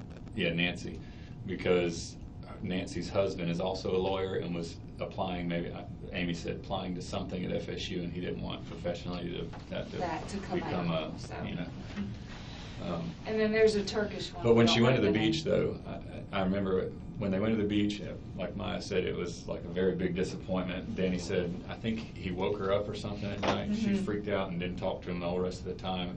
Afterwards, she said she had some paper due in the Harvard Law Review, and that was why she was just under a lot of stress with Dylan. But the bottom line is their relationship was done after that. How long ago was that? It was before he started dating Amy, so before remember when they January, started so dating. I have no clue. I I know. don't know when. Amy and him and- started this 2014, January 2014. Sometime, like they've been I think dating they've 8 known months. each other longer, but I think the dating part was. Do you know if any of these have This is a great point, Mixed Green. Mixed Green says, they look like a reality show couple. Bad Girls Club. I assume that's the name of a show. I don't know. Or Housewives. I mean, actually, the whole way this is filmed, and the room they're in, and the camera angle, and the questions being posed, it's a bit like an audition tape, right? For, we want to be on this reality TV show as a couple. That, like, even their body language, it's exactly, and there's little things that they say about their character, observations. This is playing exactly like a reality show couple reality show demo audition tape, right? Does anyone not see that? recently contacted him since? I know. Well, Lisa I know has. that Lisa, I think. When he was in yeah, New York Amy even told me a last. story about Lisa calling him about some cockroach. I'm assuming you've talked to Amy plenty. I've talked to him. Yeah. Did she mention something about Lisa? Didn't mention any of these women. Okay. Those are the, I think those she's not heavily medicated. She I don't sounds know. like it. Yeah. She told me actually, she goes, I just took another tranquilizer. Yeah, she's heavily medicated. But please don't assume that we know any of this Okay. stuff. Okay. Well, again, like this one, just from talking to Danny and the fact that she has an open marriage Well, and is doing I that. cautioned him. like- I'm like, Danny, you're nuts. She's married. Don't Yeah. get into And, it. you know, Does do the I- husband have the same last name? I have no idea. We don't I know that she worked, well, I don't know, but per Amy, she works at the University of Denver. Leong? Leong. Leong. She Yeah. works at the University of Denver. They're all in academia. And her husband's a lawyer lawyers. too. I don't Yeah, know his so name. it's- For all I know, I don't know if Danny asked her husband if it was an open marriage, I mean, Right. who knows? But he was actually coming to Florida to try, or applying for a job here. I don't know. At Florida State. I don't know. I mean, that's what That's what Amy he said. said. That's Okay. not, Danny did not tell me that. So, But Danny told us about this relationship, Yeah. and we were like, stay Yeah, away. yeah, well, I was like, what are you doing with a girl What are you like doing with that, a married woman? Was So- her first, or were these They were simultaneous? simultaneous. They were all They kinda were all within around, within yeah. a few months period. He was Yeah. going to conferences, and he's, at one conference, I think he said He they said were all there, that all three of them. three of them were there at the same Oh, I bet conference. that was tough. Yeah, can you imagine? But yeah, Amy told us that recently when Danny was up there visiting with her, because what would happen when Amy would have her son, Danny Harry. would have to go stay in his friend's She, apartment up there. Amy didn't want Danny around Harry, like gotcha. didn't want Harry aware, yeah. Right.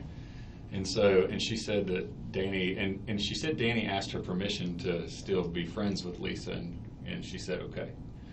But she said Lisa had asked Danny to called him at midnight or something and asked him to squash a cockroach or something, I got a bug in my house or whatever, and Danny told her I can't do that, it's not appropriate. So,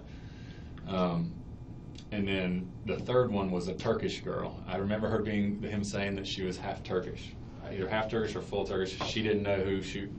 Amy doesn't remember who that is. She does know that he saw her in January at something, but he doesn't know her name or anything else. Well, okay, let's try to get the timeline here. I mean, I know there was all three, but really there was one and No, they were really with They all were three. really all kind of together. okay, Like literally all three. Yeah, at this. I mean, but literally. You talking about in the same day, or? Yeah. No. I'm saying he had to have met one first, and then the second one the next day. I think he probably knew all these people for a long time. I They're think legal he- academics, so he yeah. All knows- of them are. Yeah, Yeah, I think he probably knew them, and then kind of, this is Amy actually.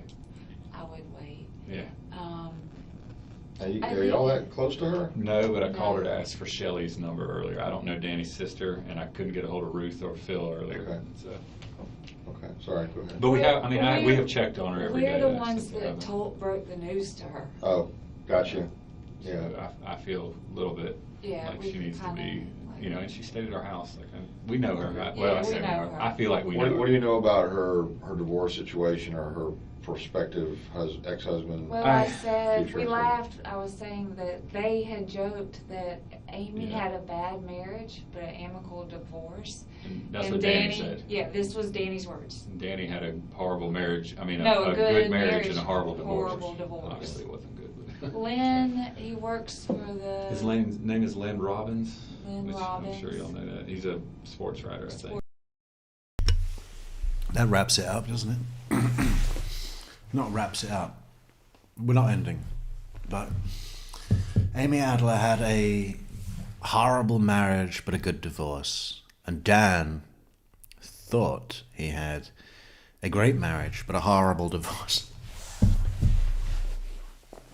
Let's do a poll. Let's do a poll. Would you prefer to have a great marriage but a horrible divorce, or a horrible marriage but a fine divorce? It's an interesting question, isn't it? I guess most people are going to go for the good divorce, but don't forget that would mean you've been suffering for 20 years. Or you could have a good 20 years and then just have a fucking nightmare of a divorce. I wonder what people are going to say. Let's do a poll.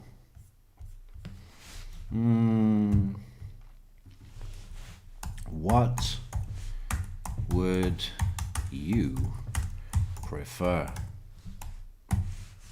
And if anyone's had a great marriage but a horrible divorce, we want to hear from you. Horrible marriage, great good divorce, or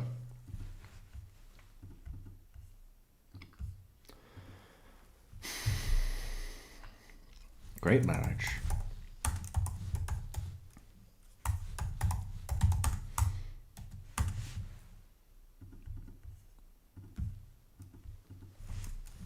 Horrible divorce. Vote in the poll.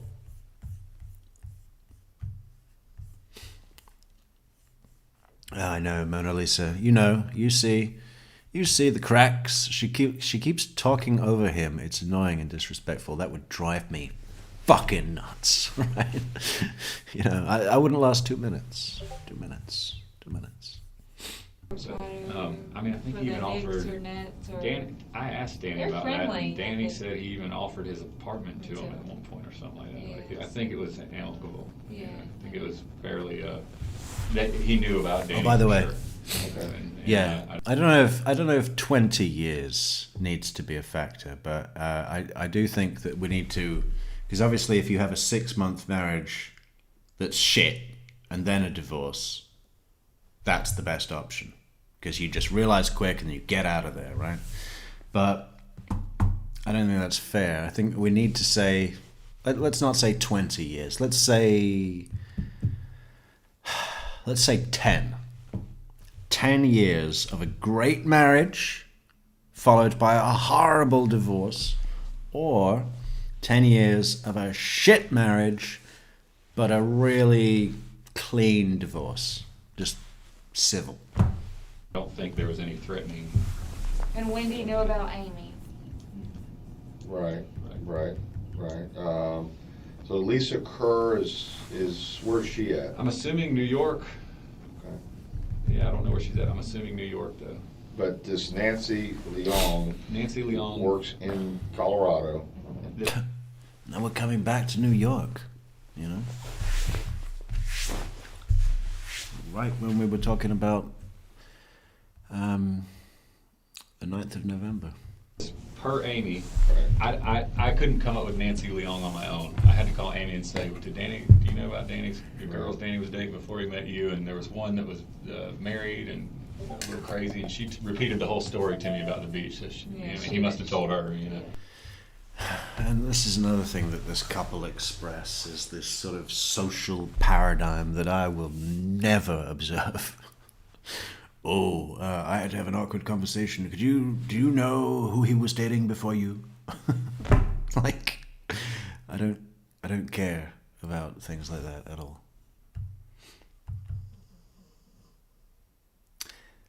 I guess it's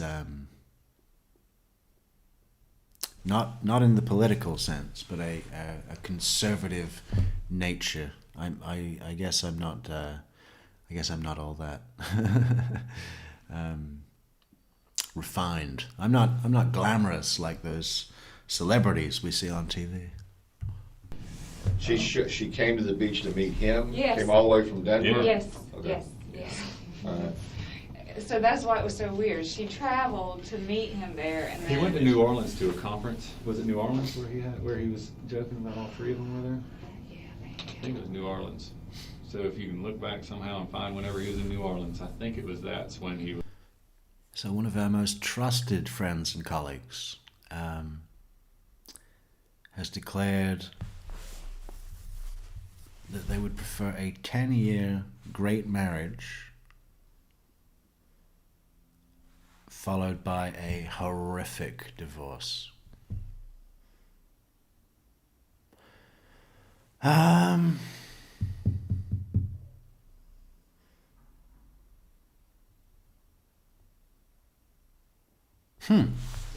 Yeah, I guess that would be the... Because as horrible as the divorce would be, it's probably not going to last 10 years. I mean, in this case, it lasted until they killed him. So, I guess, that's the exception. We're not including the murder in our poll options. It's just, I guess the best thing would be a 10-year good marriage followed by a horrible divorce, and that would be better than a 10-year horrible marriage followed by a good divorce, because that's like 10 years of just, whatever it is, horrible marriage, which I think most of them are, aren't they? I mean, honestly, who's happy in their marriage? Don't lie to me. With all three. All I think three literally, were I there. think he actually hooked up with two of them, maybe Probably two of them. that same weekend. weekend. And what I was trying to I mean, figure out, I don't think they know each other. Right, but, right, I was trying to figure out a month that he got Whenever together. that conference in Conference New in Orleans. New Orleans, okay. Yeah, the conference in New Orleans. I mean, that will be fairly accurate.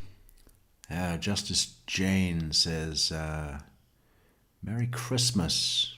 Blessings to everyone. Well, thank you, Justice Jane, but we try not to get political. And Christmas is a political issue. And,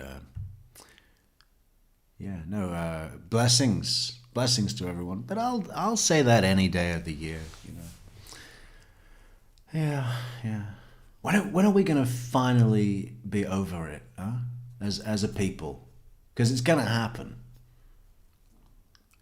At one point in time, Christmas will be fundamentally cancelled, banned, ruined. It's already ruined, but just pushed into the ash heap of history with St. Swithin's Day and Crispin's Day and Ash Tuesday, which is the only day in England that you're allowed to have pancakes. As a celebration before you give something else up for Lent. Lent! I think if anyone wants to celebrate Christmas, they also should be forced to celebrate Lent and all the other archaic, meaningless fucking shit. Yeah, but I'd like to celebrate Eid one year. Why don't we do Ramadan? Let's do Ramadan. Well, you know, we're gonna get up really early and have something to eat. But then when the sun comes up, we're not going to eat or drink all day. But then after, we can have something to eat and drink. And then at the end of that month, we're going to have a big party. All week. I mean, it just sounds like a lot more gets done. I heard this thing about the big tower that they put in Dubai. What's that called now? It used to be the sailboat, but now it's the big one that's like 1,000 meters tall. And for the people that are at the bottom and the people that are at the top, it is the sun rise and set happens at different times.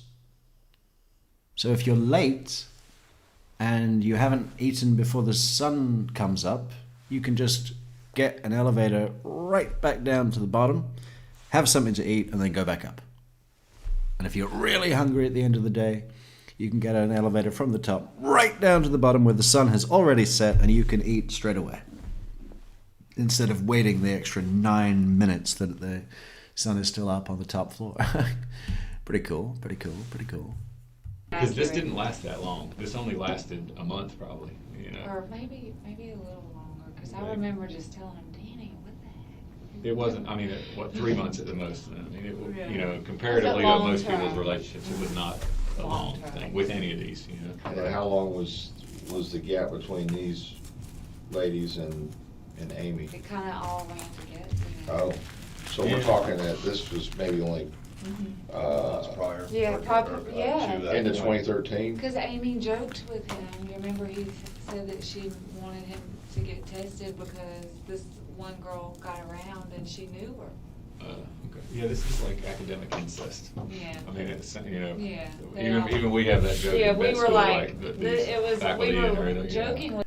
Academic incest. What happened to our witness in the purple shirt? The one that was all flustered. Talk to her about academic incest and she'll giggle and run out of the room. Danny like, oh my God. And in his world, I mean, he was a big deal for that, so he goes to conferences and the other big deals, they just all know each other, because they all publish stuff and yeah. But I just thought about that like, man, she was crazy. Now I think about, and she was married. Right, that's what Amy said to Danny. She I can't wanted remember him that to. exactly. He I know talked he to had, me no, he had to about get it. tested before he would go hook up Oh, with her. with Nancy, she made him one of them made him be This tested. one made him be tested. Nancy did. I remember because he was excited about going to the beach. Yeah. Because he was. This young lady, I don't know. Camera. Yeah. Cameron, was there Yes. anything more between them? I think. I think she thinks it's more than probably what. Danny never mentioned her to me. I had never even heard of her until. He did with me a little bit. Okay. But it was a passing. I think he considered like being in a relationship with her Relationship like with her. that. Because after the divorce, he was kind of going like, well, I'm going to But stay I in think Tallahassee. they- how am I going to meet somebody Jewish in Tallahassee? I think they did hook up in Tallahassee. They may have. I mean, I don't. They Okay. may have had a little short fling or something, Right. but it's. I don't know. Where do they know each other from? They went to Harvard Law They went to together. Harvard undergrad. He said that. Yeah. I know she said that. I'm wondering. if Undergrad, he- postgrad. He said she'd been a friend for a long time. I met her. What I is, met her at Lake Ella once. undergrad?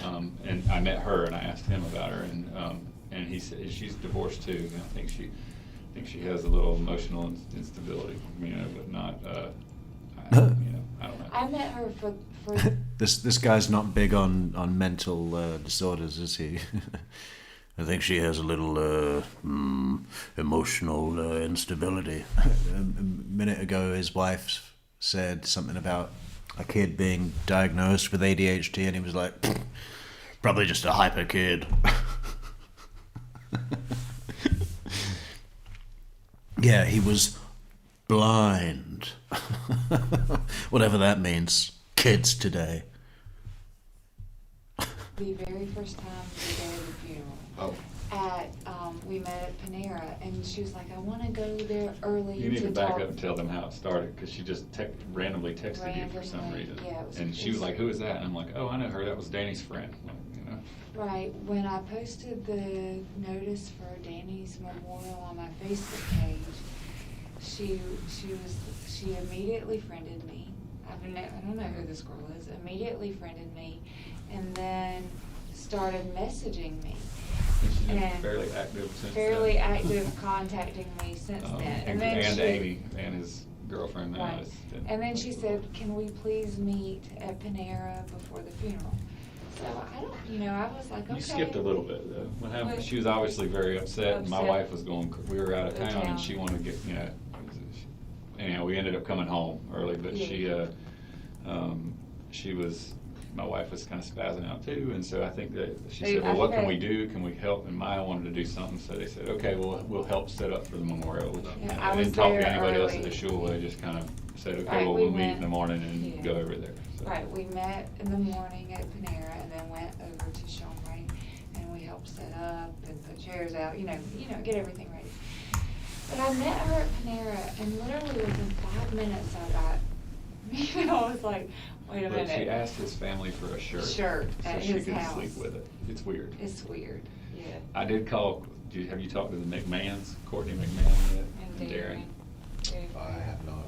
Okay, well, they're They're also friends, they're a friends. couple like us, and they're friends, but they've moved to Boston or are in the process of moving to Boston. But But I anyway, called her we and said, asked- is she crazy? Like, and they said yes, but in a nice way. In a nice way, You know? so, but I just, she made me feel like something's wrong. Yeah. Something's like she was too pushy. We need to get a key. We need to talk to his parents. We need to, I want to go through the house. I'm like, who are you? I have never heard Danny talk about you. It was. Well, that's why I was kind of asking, but he had talked to her with you. Yeah, but it wasn't from my perspective, she was a longtime friend that he was friendly with, but not, But close. she let Yeah, on I mean, to I think me- his comment was, well, he used words like she was a Judeophile. I mean, because we were talking about like, well, why would you even consider dating her anybody if if they're she's not not Jewish? Jewish? Is what I Yeah. told her, It because was what- I said, that's what just got you divorced, is your arguments over religion. And Why are you dating why someone would who's you do not that again? Jewish? And she said, and he said, well, she's a Judeophile. She would probably Convert. she would probably convert or whatever. And that was kind of the end of that discussion. I don't necessarily know that they hooked up or anything. Well, I do, just from that, because she was like, I'm sure Danny told you, and I was like, but, okay, well, she told her, apparently, yeah. not Danny. And I was like, maybe, I don't really remember, but okay. And then I remembered the word Judeophile, that I guess it sort of clicked of who she was, but she made it out to be like they were very close in law school, that everyone in their class knew that they were very close. Right, she is now talking about Tamara Demko, and this is where I really, really fucking fall out with the Greenbergs. Wow, our poll is 50-50%. So 50% would prefer to have a horrible marriage and a good divorce for 10 years. Remember, each option is 10 years. Should have put that in the poll, but great marriage, horrible divorce. I got to go with our trusted friend and colleague. I mean, yeah, 10 years is too long to have a horrible marriage. Just don't get married. It's all marketing. It doesn't mean anything. It's not real, and it doesn't matter. You can spend that money. How much do people spend on fucking weddings these days? Like $100,000? What the fuck is wrong with you? Let's look it up. Average cost of a wedding in America. in America. Okay, not that much. The average cost of a wedding, but this is including Vegas marriages, right? The average cost of a wedding in the US hovers around $33,000 to $36,000, with recent data from late 2024, early 2025, suggesting figures like 33,000 to 35. Though costs vary significantly by location, guest count, and style, with some sources showing median costs much lower, around $10,000. Even that. You could get yourself a really nice, safe, second-hand Subaru for $10,000. You know, with four-wheel drive. And urban areas like the Bay Area, David Anderson Kirk, reaching $50,000. Major expenses including the venue, photographer. Gotta have a photographer because no one has a camera. Live band and alcohol, with regional and city-specific costs fluctuating widely.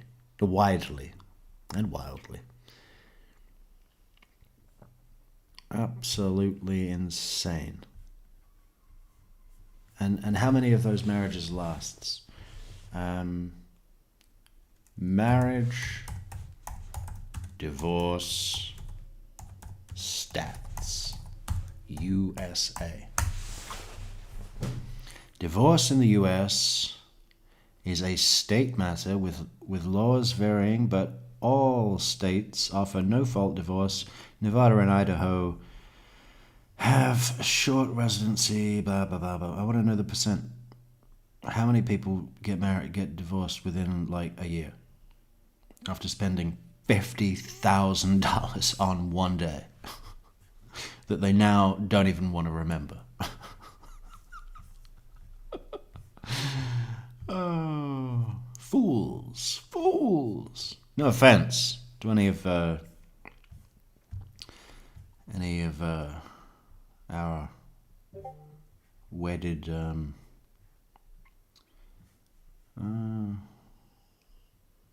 okay, the statistic is not easy to find, and I'm just going to say that it's probably fucking high, and even the ones that aren't divorced, most of them are desperately unhappy. Close. Well, she set up that fund for his kids, and apparently Dan's sister asked her not to do that. And she did it anyhow, which is just weird. Yeah, and that they had been intimate recently, and I was like, oh, okay, well, you know, usually Danny tells us. I didn't hear about He this. doesn't shy away from He telling doesn't us shy about away his from telling personal us. stuff, yeah. And I was like, I don't know who this person is. And so that's the only thing. And she's just been kind of very pushy with me. And I'm like, and I don't know her. I've literally met her the day. She does seem very nice, but Nice. it does seem like it's coming out of a nice place, like she's truly grieving and upset, but it's a little weird. It's just weird. So we can honestly say that his relationship with Amy started in January. How dare you call Tamara Dempko weird? We've seen her in interview. You know, she's the sweetest, kindest, most emotionally intelligent woman I've ever heard speak. She got this case sewn up. Her and Jeffrey Lacasse, she's like the female Jeffrey Lacasse of the case. I mean, could not have been a better witness. Knew something. We just went over there, went to Wendy's house. Something is wrong. Harvey couldn't look at me. Wendy is a psycho. Yeah. 100%. She said 8 months. They've been together 8 months. She said It's almost, well, August will be 8 months, but Yeah, it's around. The only reason why I know is her first visit to Tallahassee was around Valentine's Day, because that's when she came and stayed at our house. Was in February. I can't remember. And we went I'm out. bad at day. I can't even remember my kids' birthdays. Yeah. you are going to be in trouble. She knows. I get I trouble all the know. time for it, because I'm the one who has to fill out all the paperwork. Yeah. That's pretty bad, isn't it? Does anybody in chat not remember their children's birthdays? The fun. But I can say it was around Valentine's Day. I remember that it was around Valentine's Day. But when that started with Amy, these were done. Yeah, for sure. Yes, when There was a he break, for right, sure. when he started dating with Amy, it was exclusive. Okay. Yeah. Yes, it was exclusive. On And his fairly end, quick, I think. yeah, fairly quickly. I mean, I think he went pretty head over heels pretty quick. Yeah, about it. he And they fell stayed for- together the entire time. Yes, they did not break up. Exclusively. Yes, Yeah, they didn't they break have up. not broken up. Yeah, I mean, I don't know. I don't know her. Side, but no. Right, he- no, I'm just saying, did he have any other no, No. he did not. No one since he dated Amy. No one. And they had a little riff when she was down A here, little tension. but had to go back to New Right. York, and he went with her. Right. Mhm, and things were good. And I hate to call that a riff, but I guess. No, because the 4th of July, he showed me, or whenever they went to Shelter Island, he showed me the pictures from Shelter Island on his phone of him and Amy. Yeah, I remember that. Was that The when, one that's when that, he one went of the back ones with that him? she had posted on Facebook. Was that when they went back? No, that was previous, whenever he went to Shelter Island, I don't know, it was Okay. before the 4th of July. Is that up there? Yeah, Yeah. she has a home on Shelter Island, which is like, I don't know, Hampton-ish, who Okay. knows, she's wealthy. But she has a home on Shelter Island. He went and visited her. They took a ton of pictures. He showed me when he came back. They looked super happy. So, Was there any discussion between Danny and you all about Wendy wanting to relocate to South Florida? Yeah, Yes. yeah, that's that what was a we're talking major, about. yeah, that was a major thing. When was that? Whenever the motion got denied. Well, I mean, it was short. Whenever she filed it, I mean, I think everything she did was a surprise to him through this. She never told like him. they It was didn't like- discuss it for a while, and it was Yeah. just like a week ago, he got a notice saying that he had to be at some meeting because Wendy had enrolled the kids in a different school and didn't talk to him about it or anything, you know. And he was wondering, like, that's what I talked to him at the beach when I was at the beach actually about it, I think, because he was like, well, I got to make a decision by whatever day, and it only gave me 24 hours to, you know, I haven't even visited the school, but he said it has a good reputation, and so maybe it wouldn't be that bad of a deal, but, you know. That was Tuesday night? It was Tuesday, I think, and Tuesday. I tried to look at it in my phone, but my phone doesn't save everything. It jumps. There's a big gap in it for some reason, but she wasn't there yet, and I didn't get there till Monday night at like midnight, so I'm pretty sure it was Tuesday Tuesday morning, Tuesday afternoon sometime. That was the last time you talked to him? Mm-hmm. You remember what school it was? Was it? No, I'm sure Wendy does though. I mean, I don't even know what his decision was. Yeah. Anybody at the, so really, after all this contention between them, you all didn't have any contact with Amy, I'm assuming? I don't think so. No, once it. Just Danny- Danny. yeah, And Danny just told Danny. me he had like a big breakthrough. Everything was wonderful. Like He she couldn't wait to finally share kind of us the opened good everything up, news, you know. yeah. And that's the thing you're talking about on Tuesday, He right? told me that on Tuesday. Okay, so you got, he's happy because he's got this new consulting thing, this case up in New York. Right. Mhm. What else was he happy about? Amy. Like a big breakthrough with Amy. Big or breakthrough whatever. with Amy. Okay. Yeah. And then he was aggravated about the school. The school, but I think that was Tuesday that he told me that. But there was some, I know, but there was, everybody's schedules, but there was something, he filed. Yeah. Was Oh, that not he part of Okay. his? Yes. That was not part of that conversation that day. Amy's the one who told me that he was supposed to file that. He told Amy, I think on Wednesday, that he was going to file that tomorrow, which would have been Thursday. Okay. And it would, because he was making, she said there was a whole story about how How he Wendy said was that being Wendy was very being nice nice to the last their him. conversation. She actually talked to him and was kind of halfway nice. And he said, well, that was nice, but it's going to go away because when she sees what I'm filing, it's going to just, she's going to be pissed, you know. And, but he had already told us what he was doing as far as the filing, you know, a month and a half We ago. knew. I don't know how legal, you know, how long it takes to do it. I know his lawyer quit, and that probably put him back a little bit. Go ahead. Well, yeah, he was gonna make sure that it be brought out that she perjured and He wanted, she lied about the assets is all that he was There were some saying. other things, but it was little It was things, but they all add up, and if you're a lawyer, you really shouldn't be doing that. Yeah, Paying he attention to lied that about detail would be pretty certain important. assets that she disclosed on the financial documents of the divorce is what basically he was mad about, and the ring. The ring was pretty. The ring never came back. No. Did did you all since his death and the memorial went to synagogue and I did. it's okay. I don't know. Yeah, It's okay. I don't know how much my own. Oh, he's a typical man. He doesn't listen. And I'm a woman and man, and we're married and we're joined and we're so usual. Oh, he doesn't listen because he's a man.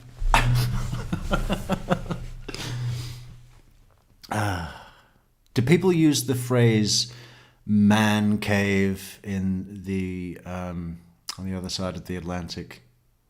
Because anytime I hear someone use the word or phrase "man cave" in a sentence, and it doesn't matter who's saying it, because a woman will say it like, "Oh, he's in his man cave," which is usually some sort of shed at the bottom of the garden, where he does what? I don't know. Or the man will say, "Yeah, that's for the man cave," and he'll say it with a degree of pride. And anytime I hear anybody say that, I want to, I'm just overcome with this urge to fucking, just jab an ice pick through their lung.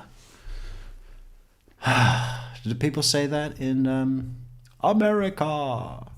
Man cave. Fuck off. Thoughts would cloud Yeah, some of those. right. I mean, I guess this is time to be frank. Yeah, Wendy had texted me and I texted back that yes, I would be there and Alex would be there. I have since tried to contact her and said, my kids are upset, can we FaceTime with the boys? And it was one night and she didn't even answer until the next day. She said, my FaceTime's broken, whatever. And that was pretty much it. Yeah. My FaceTime is broken. Sorry, can't Skype with the boys. My FaceTime is broken. One of the boys must have thrown the remote at my FaceTime, and now it is broken.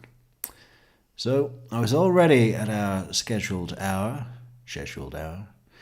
to abide by our agreement. But unfortunately, my FaceTime is broken. Pretty much my only contact with her. We talked to her at the memorial for a couple We minutes. talked She kind of barely. She was frazzled. She just Sunday at 7:35. Will you be at the memorial today? And I said yes. And then that night at 6:42, I said, if possible, Gabe wants to FaceTime with the boys, and she didn't reply. Well, she did 3 hours later. So sorry, Aunt Maya. Just saw this.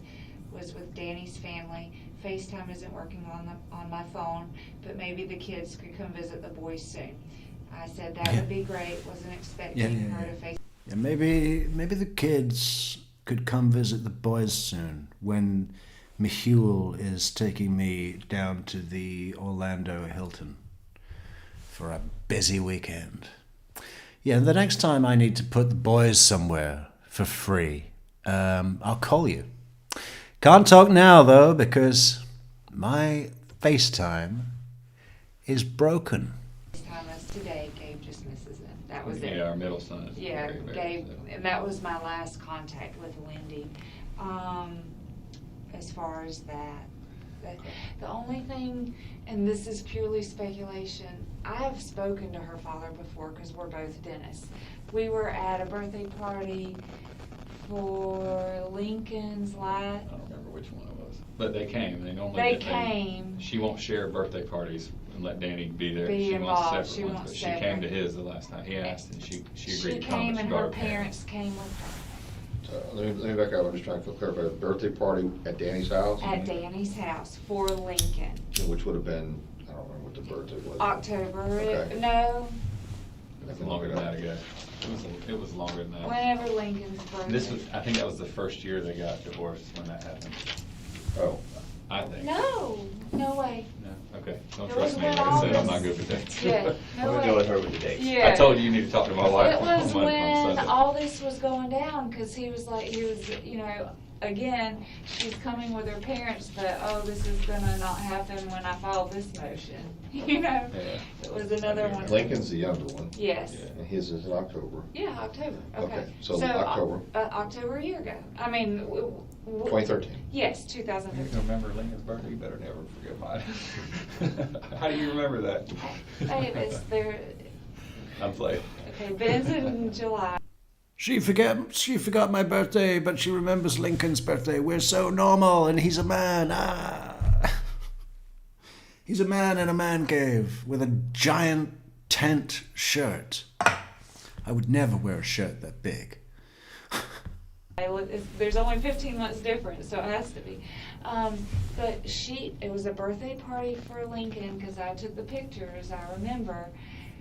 Wendy came with her parents. Okay. And they were friendly to me. They then. They were very friendly. But we were knew talking- they hated Danny, really. They hate They Danny. hated Danny. The but parents. Yeah. Her parents, they hate Danny. His parents hate her. You know, it was from the wedding, from Even the at the very memorial beginning. service, if Of you knew everything, his mama's speech was Directed very totally much to directly Wendy. towards To Wendy. The things she mentioned were things that they fought about. Thought over. You know, the Jewish identity and making sure. I mean, she would put him on Skype when she did Skype. She'd put him on Skype eating Eating bacon, you know, knowing you don't do that, that. you know, that kind Like, of it was stuff. totally to piss Danny off. Like, it was.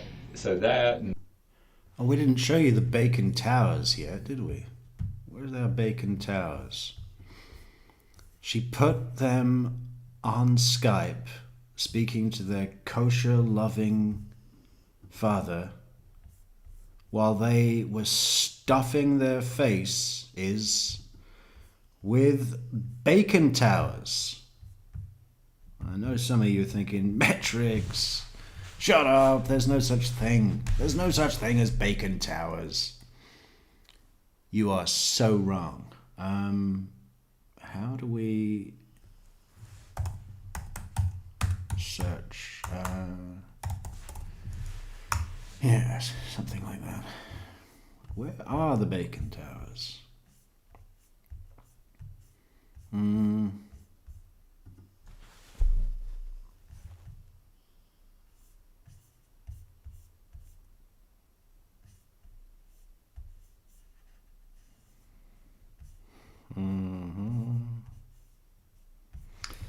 I know they're here somewhere. I just have to go through so many other nice things.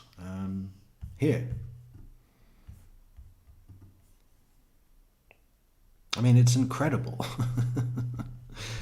It really is good. How do we save this as Bacon Tower? Made for us by our trusted friend and colleague, Toyo Open Country.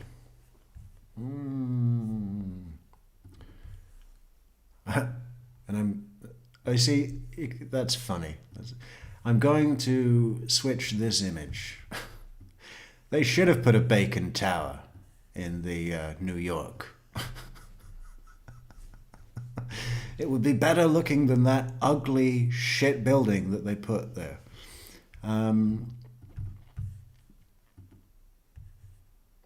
Here we go. A genuine, 100% original bacon tower as seen on Ben and Lincoln's Skype calls with their kosher-eating father. Beautiful. So if we zoom in, I can see like toothpicks. There's toothpicks going on, right? So there's something in the middle that's keeping it all up.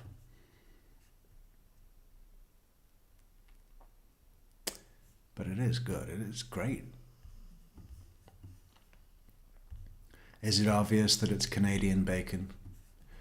Bacon doesn't look like that in the UK. If it does, it's called streaky bacon. Yeah. Pretty beautiful. Pretty great.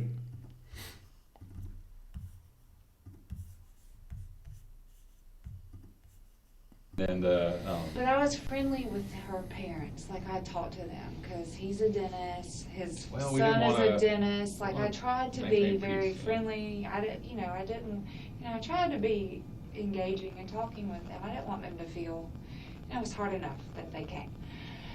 But at the memorial, You see, they when, would talk to me. when we get a comment from Rosie Day 2, I don't know if Rosie Day 2 is talking about me and my presentation or the Greenbergs. I'll hold on to a happy thought. I don't know if they wanted me, I don't know. Obviously, Wendy's not, because she asked if I was coming, but her parents. I don't know how much of it is them. Mixed green. They might be talking about the Greenbergs, the Rosie Day 2, and they are boring. They're horribly boring, and horribly, just normal, horrible, normal, boring people, right? So, Rosie Day 2, if you're out there, confirm, and be clearer, be more clear, clearer. I mean, they Protect- know that everyone's first thought is going to be Wendy. Wendy or her family, right? So it does put them in a little bit of a, I'm sure, Defensive defensive mode. situation. But yeah, I would not be surprised if that's how this all turns out. I'll lay it out there. Okay. I think they're mean. I think to Check this out. Not only do we have a bacon tower, but a bullet bourbon bacon tower, which is even better, right?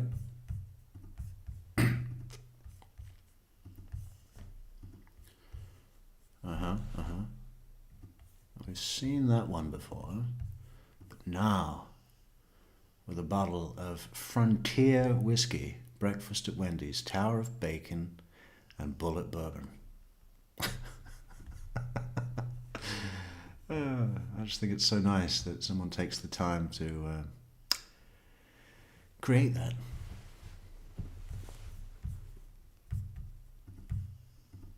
do some of the stuff that they did during this divorce with Danny is just not reasonable, and just you hate to think somebody would ever actually, I'm assuming somebody was probably hired to kill him. You would hate to think that somebody would do that over really anything, but somebody did, so it just makes more sense to me. That's the So I don't know only if thing I'm reading could that think of. I was into like, him. either her, The father in something- particular. Right, the father in particular. He just set off a, like a, not that. At the memorial. Only Yeah, at the somebody- memorial, just because he wouldn't look at me and he didn't. Yeah, I actually kind of tried to. We wait tried, on yeah, I something. tried to, I was literally, not I'm sure very he was far. uncomfortable, so I don't, But I don't want to read into it that Okay. much, because anybody could be emotional and everybody Well, and grieves if differently. if they don't have anything to do with it, this is horrible because everyone probably thinks they do, and they know that, and so that it's going to follow her forever. But the only if thing they is, don't find either out her who they- family, a bad student, or. or one of these crazy women. Bacon towers are so real, Celia Triola, 9433. There they are. Look, again, boom, bullet bourbon bacon towers. Just incredible, isn't it? I could look at it all day. Yeah, or crazy woman. All right. I can't think of anybody else that would want to, hurt Danny, That's all. I can take this. Yeah. Yeah. And you said you don't know of any recent contact from them, right? I know, Well, well, Lisa's Lisa- still friends. Lisa, Lisa, yes, when and he this was in New Turkish one, York. though, he did see in January. He saw her at some conference. But Amy has all the stuff on that. Amy doesn't know who the her Turkish name. one is. But, yeah, but I do know that there was a Lisa and a Nancy. Turk. I just, The Turkish woman. Oh, Isom can't handle this conversation. What, a Turkish woman? What? couldn't have told you their last names or where they teach. He called her his Turkish delight. He kept saying, I'm gonna have my Turkish delight tonight. I feel like a little Turkish delight in the light, in the moonlight tonight. Yeah, he was actually talking about Turkish delight. There is no Turkish woman. Or anything else. Okay. Amy did.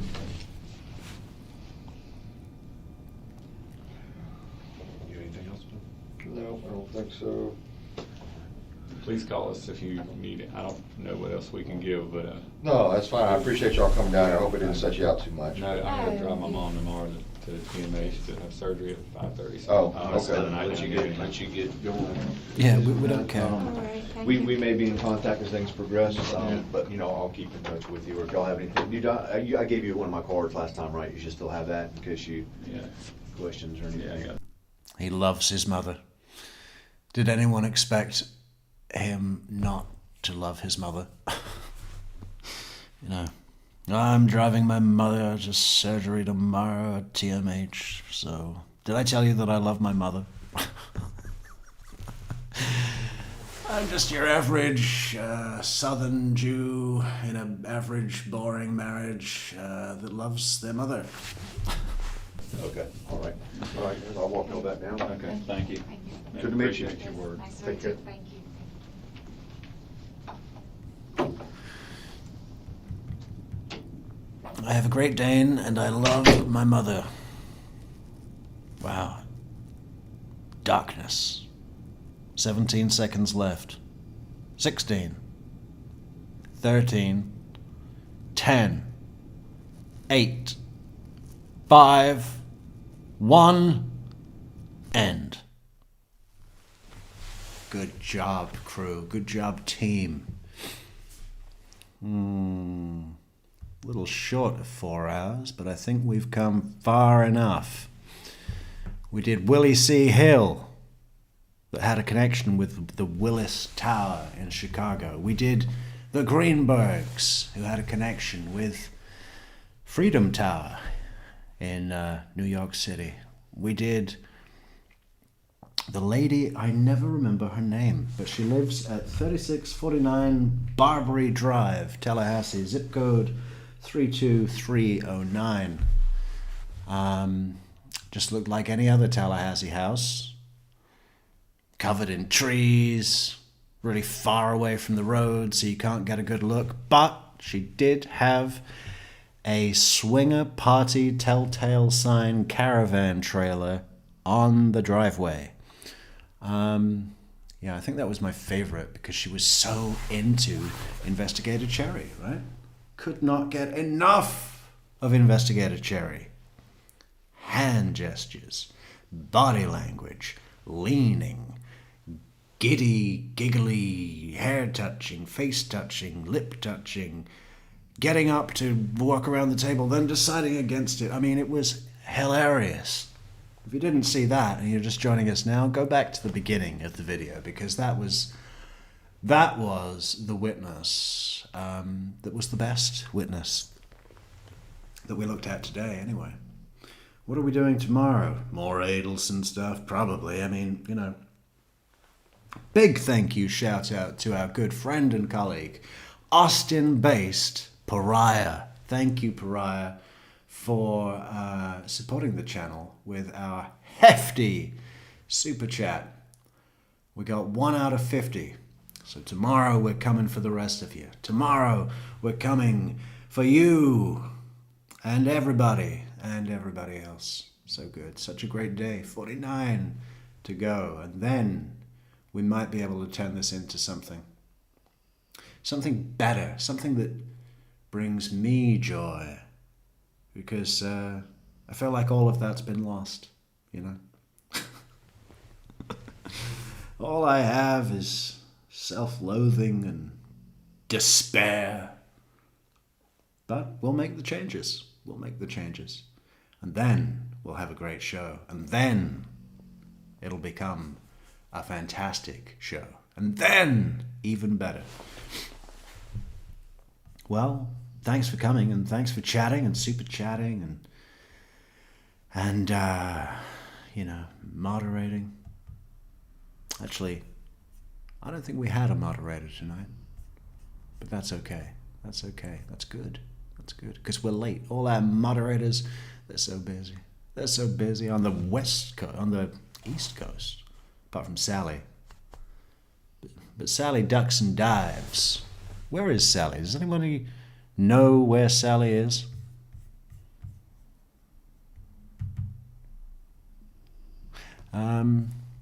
Oregon, somewhere. Somewhere in Oregon. Anyway, good job. And good night. Okay, we'll see you tomorrow. Stay safe. Don't be an Adelson. Be kind to each other. And, try, if you absolutely must celebrate Christmas, try and, minimize it. Maybe do it on a different day. Have your meal on December 29th. Break the mold. We got to get rid of this thing. It's horrible. It's meaningless. Just makes me want to fucking jump off my own balcony whenever I think about people enjoying it. Or pretending to enjoy it. Grow the fuck up. Do something worthwhile. Open a business. Spend December 25th opening a business. Don't go and watch Home Alone. Don't go and watch the other one. What is the other one that people watch? I'll let you off Bad Santa because, that's not even at Christmas.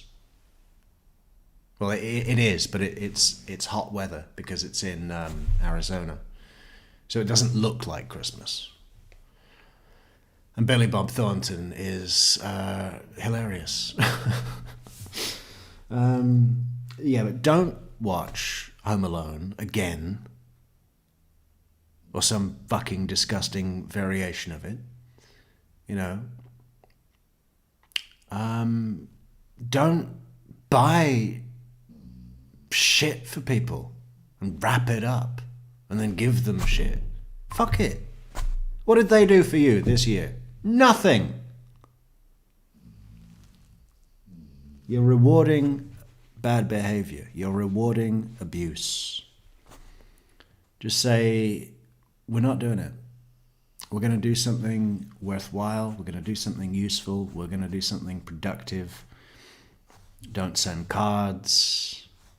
Don't observe anything about it. Just get it gone. Because we need to start a movement. Metrix is taking a stand and saying that we need to cancel Christmas. Let's look it up. Let's look it up. What do people like about Christmas?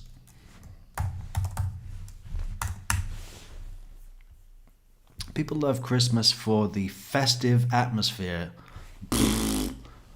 Yeah. Is the tree up at Rockefeller Center? Burn it down, tear it down. Focusing on time with loved ones. Yeah. Really? Is that what people are doing, is it? Focusing on time with loved ones. Well, there's 364 other days that you could do that. But you choose not to. Why? Because it's not really that good? Obviously, the answer is yes. Traditions like decorating and music, giving and receiving gifts, special foods, and the general spirit of generosity Well, send some of that my way, will you? For fuck's sake. Joy. Joy. Joy is a happiness that comes from within. It's not marked on a fucking calendar. And peace. Yeah, peace. Yeah, let's all enjoy the peace. How many wars are going on in the world right now? How many? I mean, let's count. Let's count. We got we got Ukraine, right? That's a big one. It's like 1 million dead. Okay. All right. And then, hey, look at Palestine, Israel, Palestine. They're that's heavy, isn't it? Or more, maybe heavy is not the right word to describe. Let's just say flat. How many other wars? There's probably a bunch of stuff happening in Africa and Venezuela and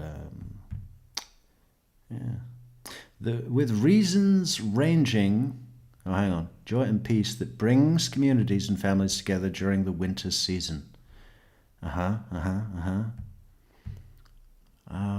Well, I'd prefer to get together in the summer when we can, do something that's good. August is good. Can we? Well, all right. We don't have to cancel Christmas. Let's just move it to August. Actually, then all the children would be off school and people would want to bring their disgusting fucking kids. I'm sorry. With reasons ranging from religious significance to secular holiday fun. Secular holiday fun, okay? Yeah, well, none of that sells me whatsoever. What do the good people of Reddit say? People who love Christmas. Why? I love Christmas songs, personally, and the decorations, and it just gives me a kid feeling growing up, looking forward to what gifts I'll get. Seriously? This is what people are fucking hanging on to. Tons of reasons. But off the top of my head, winter where I live can be dark and dreary as fuck. At least they've sworn in their bullshit statement. So I appreciate the festive lighting everywhere. Even the corporate or strip mall displays, it's exactly what I need when it's cold, dark, and foggy at fucking 4 p.m. Well, alright, I mean, that's... speak to the city. Get them to improve the lighting. You don't need to have this horrible holiday to see. I've stopped celebrating Christmas after my mom passed away 3 years ago. It was our favorite holiday. This year, I think I'm ready to start again, little by little, step by step. I'll do it for us. God. Nostalgia, the spirit of Christmas. I love Christmas because everyone seems just a tad bit kinder to each other.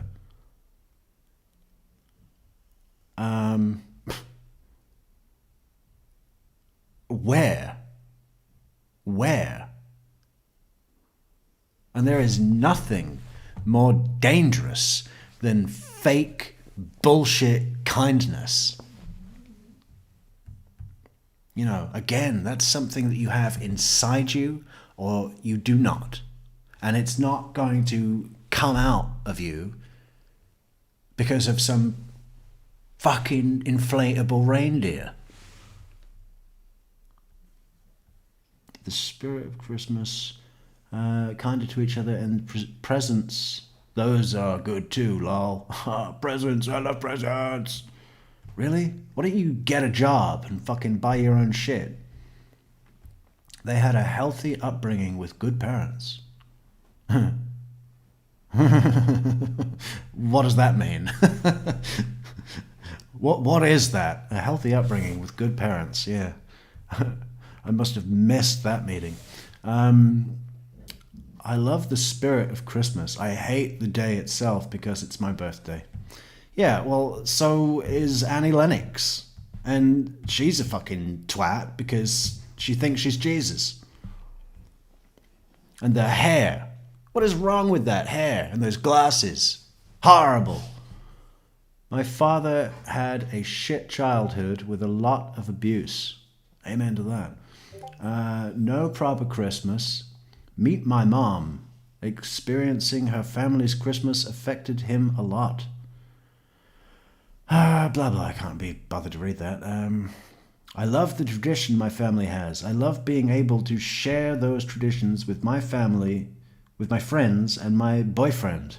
I love being able to shamelessly go all out and make cute gifts for the people I love and care about. Yeah, really? Do they like them? Your little fucking homemade gift? I want a gold watch today. I love the snow and how pretty it is, and I love all the positivity and affection that covers the entire holiday. Where do these people live? I'm not Christian/believer in the spiritual meaning behind the holiday, but for me, Christmas time represents a few pleasant things. And then there are bullet points here, okay? Bullet point 1, childhood nostalgia from time away from school. Well, you have that in the summer, Easter, autumn, or fall.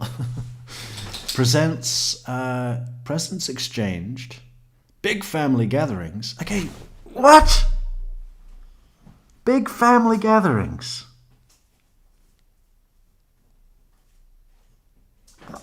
I couldn't possibly. I mean, even if I imagined what other people must feel from thinking of their family and put myself in a completely different mindset, why would you want to be around them?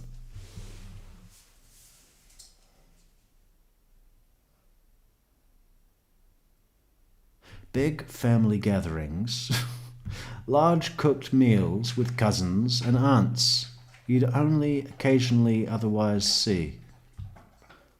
Yeah, if they were worthwhile, if they were useful or good, you would see them all year. It's like Christmas crackers, right? Do you have that in the States where you pull, Christmas crackers? It's the biggest load of shit in the world, because if they were any good at all, you would have them at other times of the year. On that day in May 25th, May 30th, maybe some people are coming round to the house and you think, I'll head down to the gas station and get a couple of bottles of wine. And hey, shall I get some crackers as well for us to pull? Yeah, let's get some crackers in May. No, it doesn't happen. Why? Because they're shit. It's pointless, needless tradition. Oh, tradition is important. Why? For what? For what? Oh, here's a good one. Because it's great. Fun time for me and my family. We all love it. All the different traditional foods. What? Roast potatoes. Roast potatoes, mashed potatoes. All right. Generally in England you have roast turkey. But I know you guys all have that at Thanksgiving. So what do you have? Roast beef? Ham, Christmas ham, right? That's what you have. I don't like ham. I don't like roast ham. I like roast pork.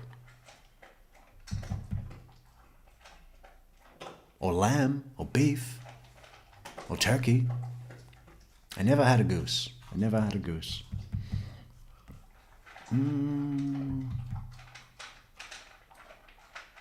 Large cooked meals with cousins and aunts. you'd only occasionally otherwise see Christmas music taking over the radio. Okay, that's actually one of my very, very least favorite things at all, you know. Christmas music? Are you kidding me? But again, I'm lucky enough to live in a country where that just doesn't really happen. But I remember other countries where it did. And the scars run deep. Because it's great. Fun time for me. Christmas. I've been lucky enough to always have good Christmas shared with friends and family. It gets harder as you get older. Of course it does. But Christmas is a time of year when you make the effort to show someone you care about them and reinforce bonds that last a lifetime. You can do that any fucking day of the week. All right? This concept that people have is like, this year, this Christmas, I'm gonna show someone I love how much I care about them. You are being conned completely. Not only are you conning yourself, but you're conning that person that you claim to love. Because when it's orchestrated on a date of the year, it's forced. It's exaggerated, it's overstated, and it's inauthentic. Right? Stop bullshitting yourself. Stop bullshitting the people that you claim to give a fuck about. And just be better to them in general, if that's your goal.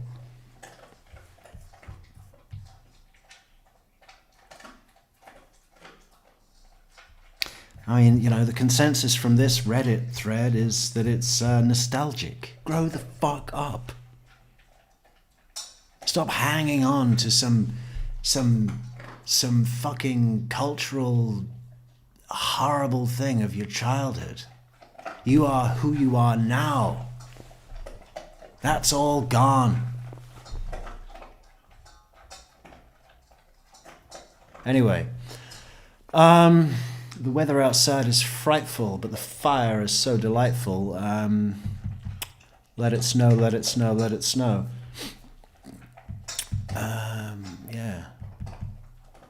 You know, fucking Tim Rice and that Weber guy, they told us all about it, right? Every time I look at you, I don't understand how you came to live in such a strange land. If you'd come today, you would have reached a whole nation. Israel in 4 BC had no mass communication. It was actually a pretty good song, wasn't it? We can't play it because we'll get copyrighted again, and then they'll ban the channel. But it was pretty good. It was Jesus, but he was angry, which was just a total, fresh thing. Anyway, we'll say good night, and oh, holy night. Oh, holy night. And we'll see you tomorrow. Sunday, Pearl Harbor. Remember Pearl Harbor. December 7th, rock on. 1941. Boom. Yeah, catch you later for our Pearl Harbor special commemorative remembrance episode. 84 years on. Adios.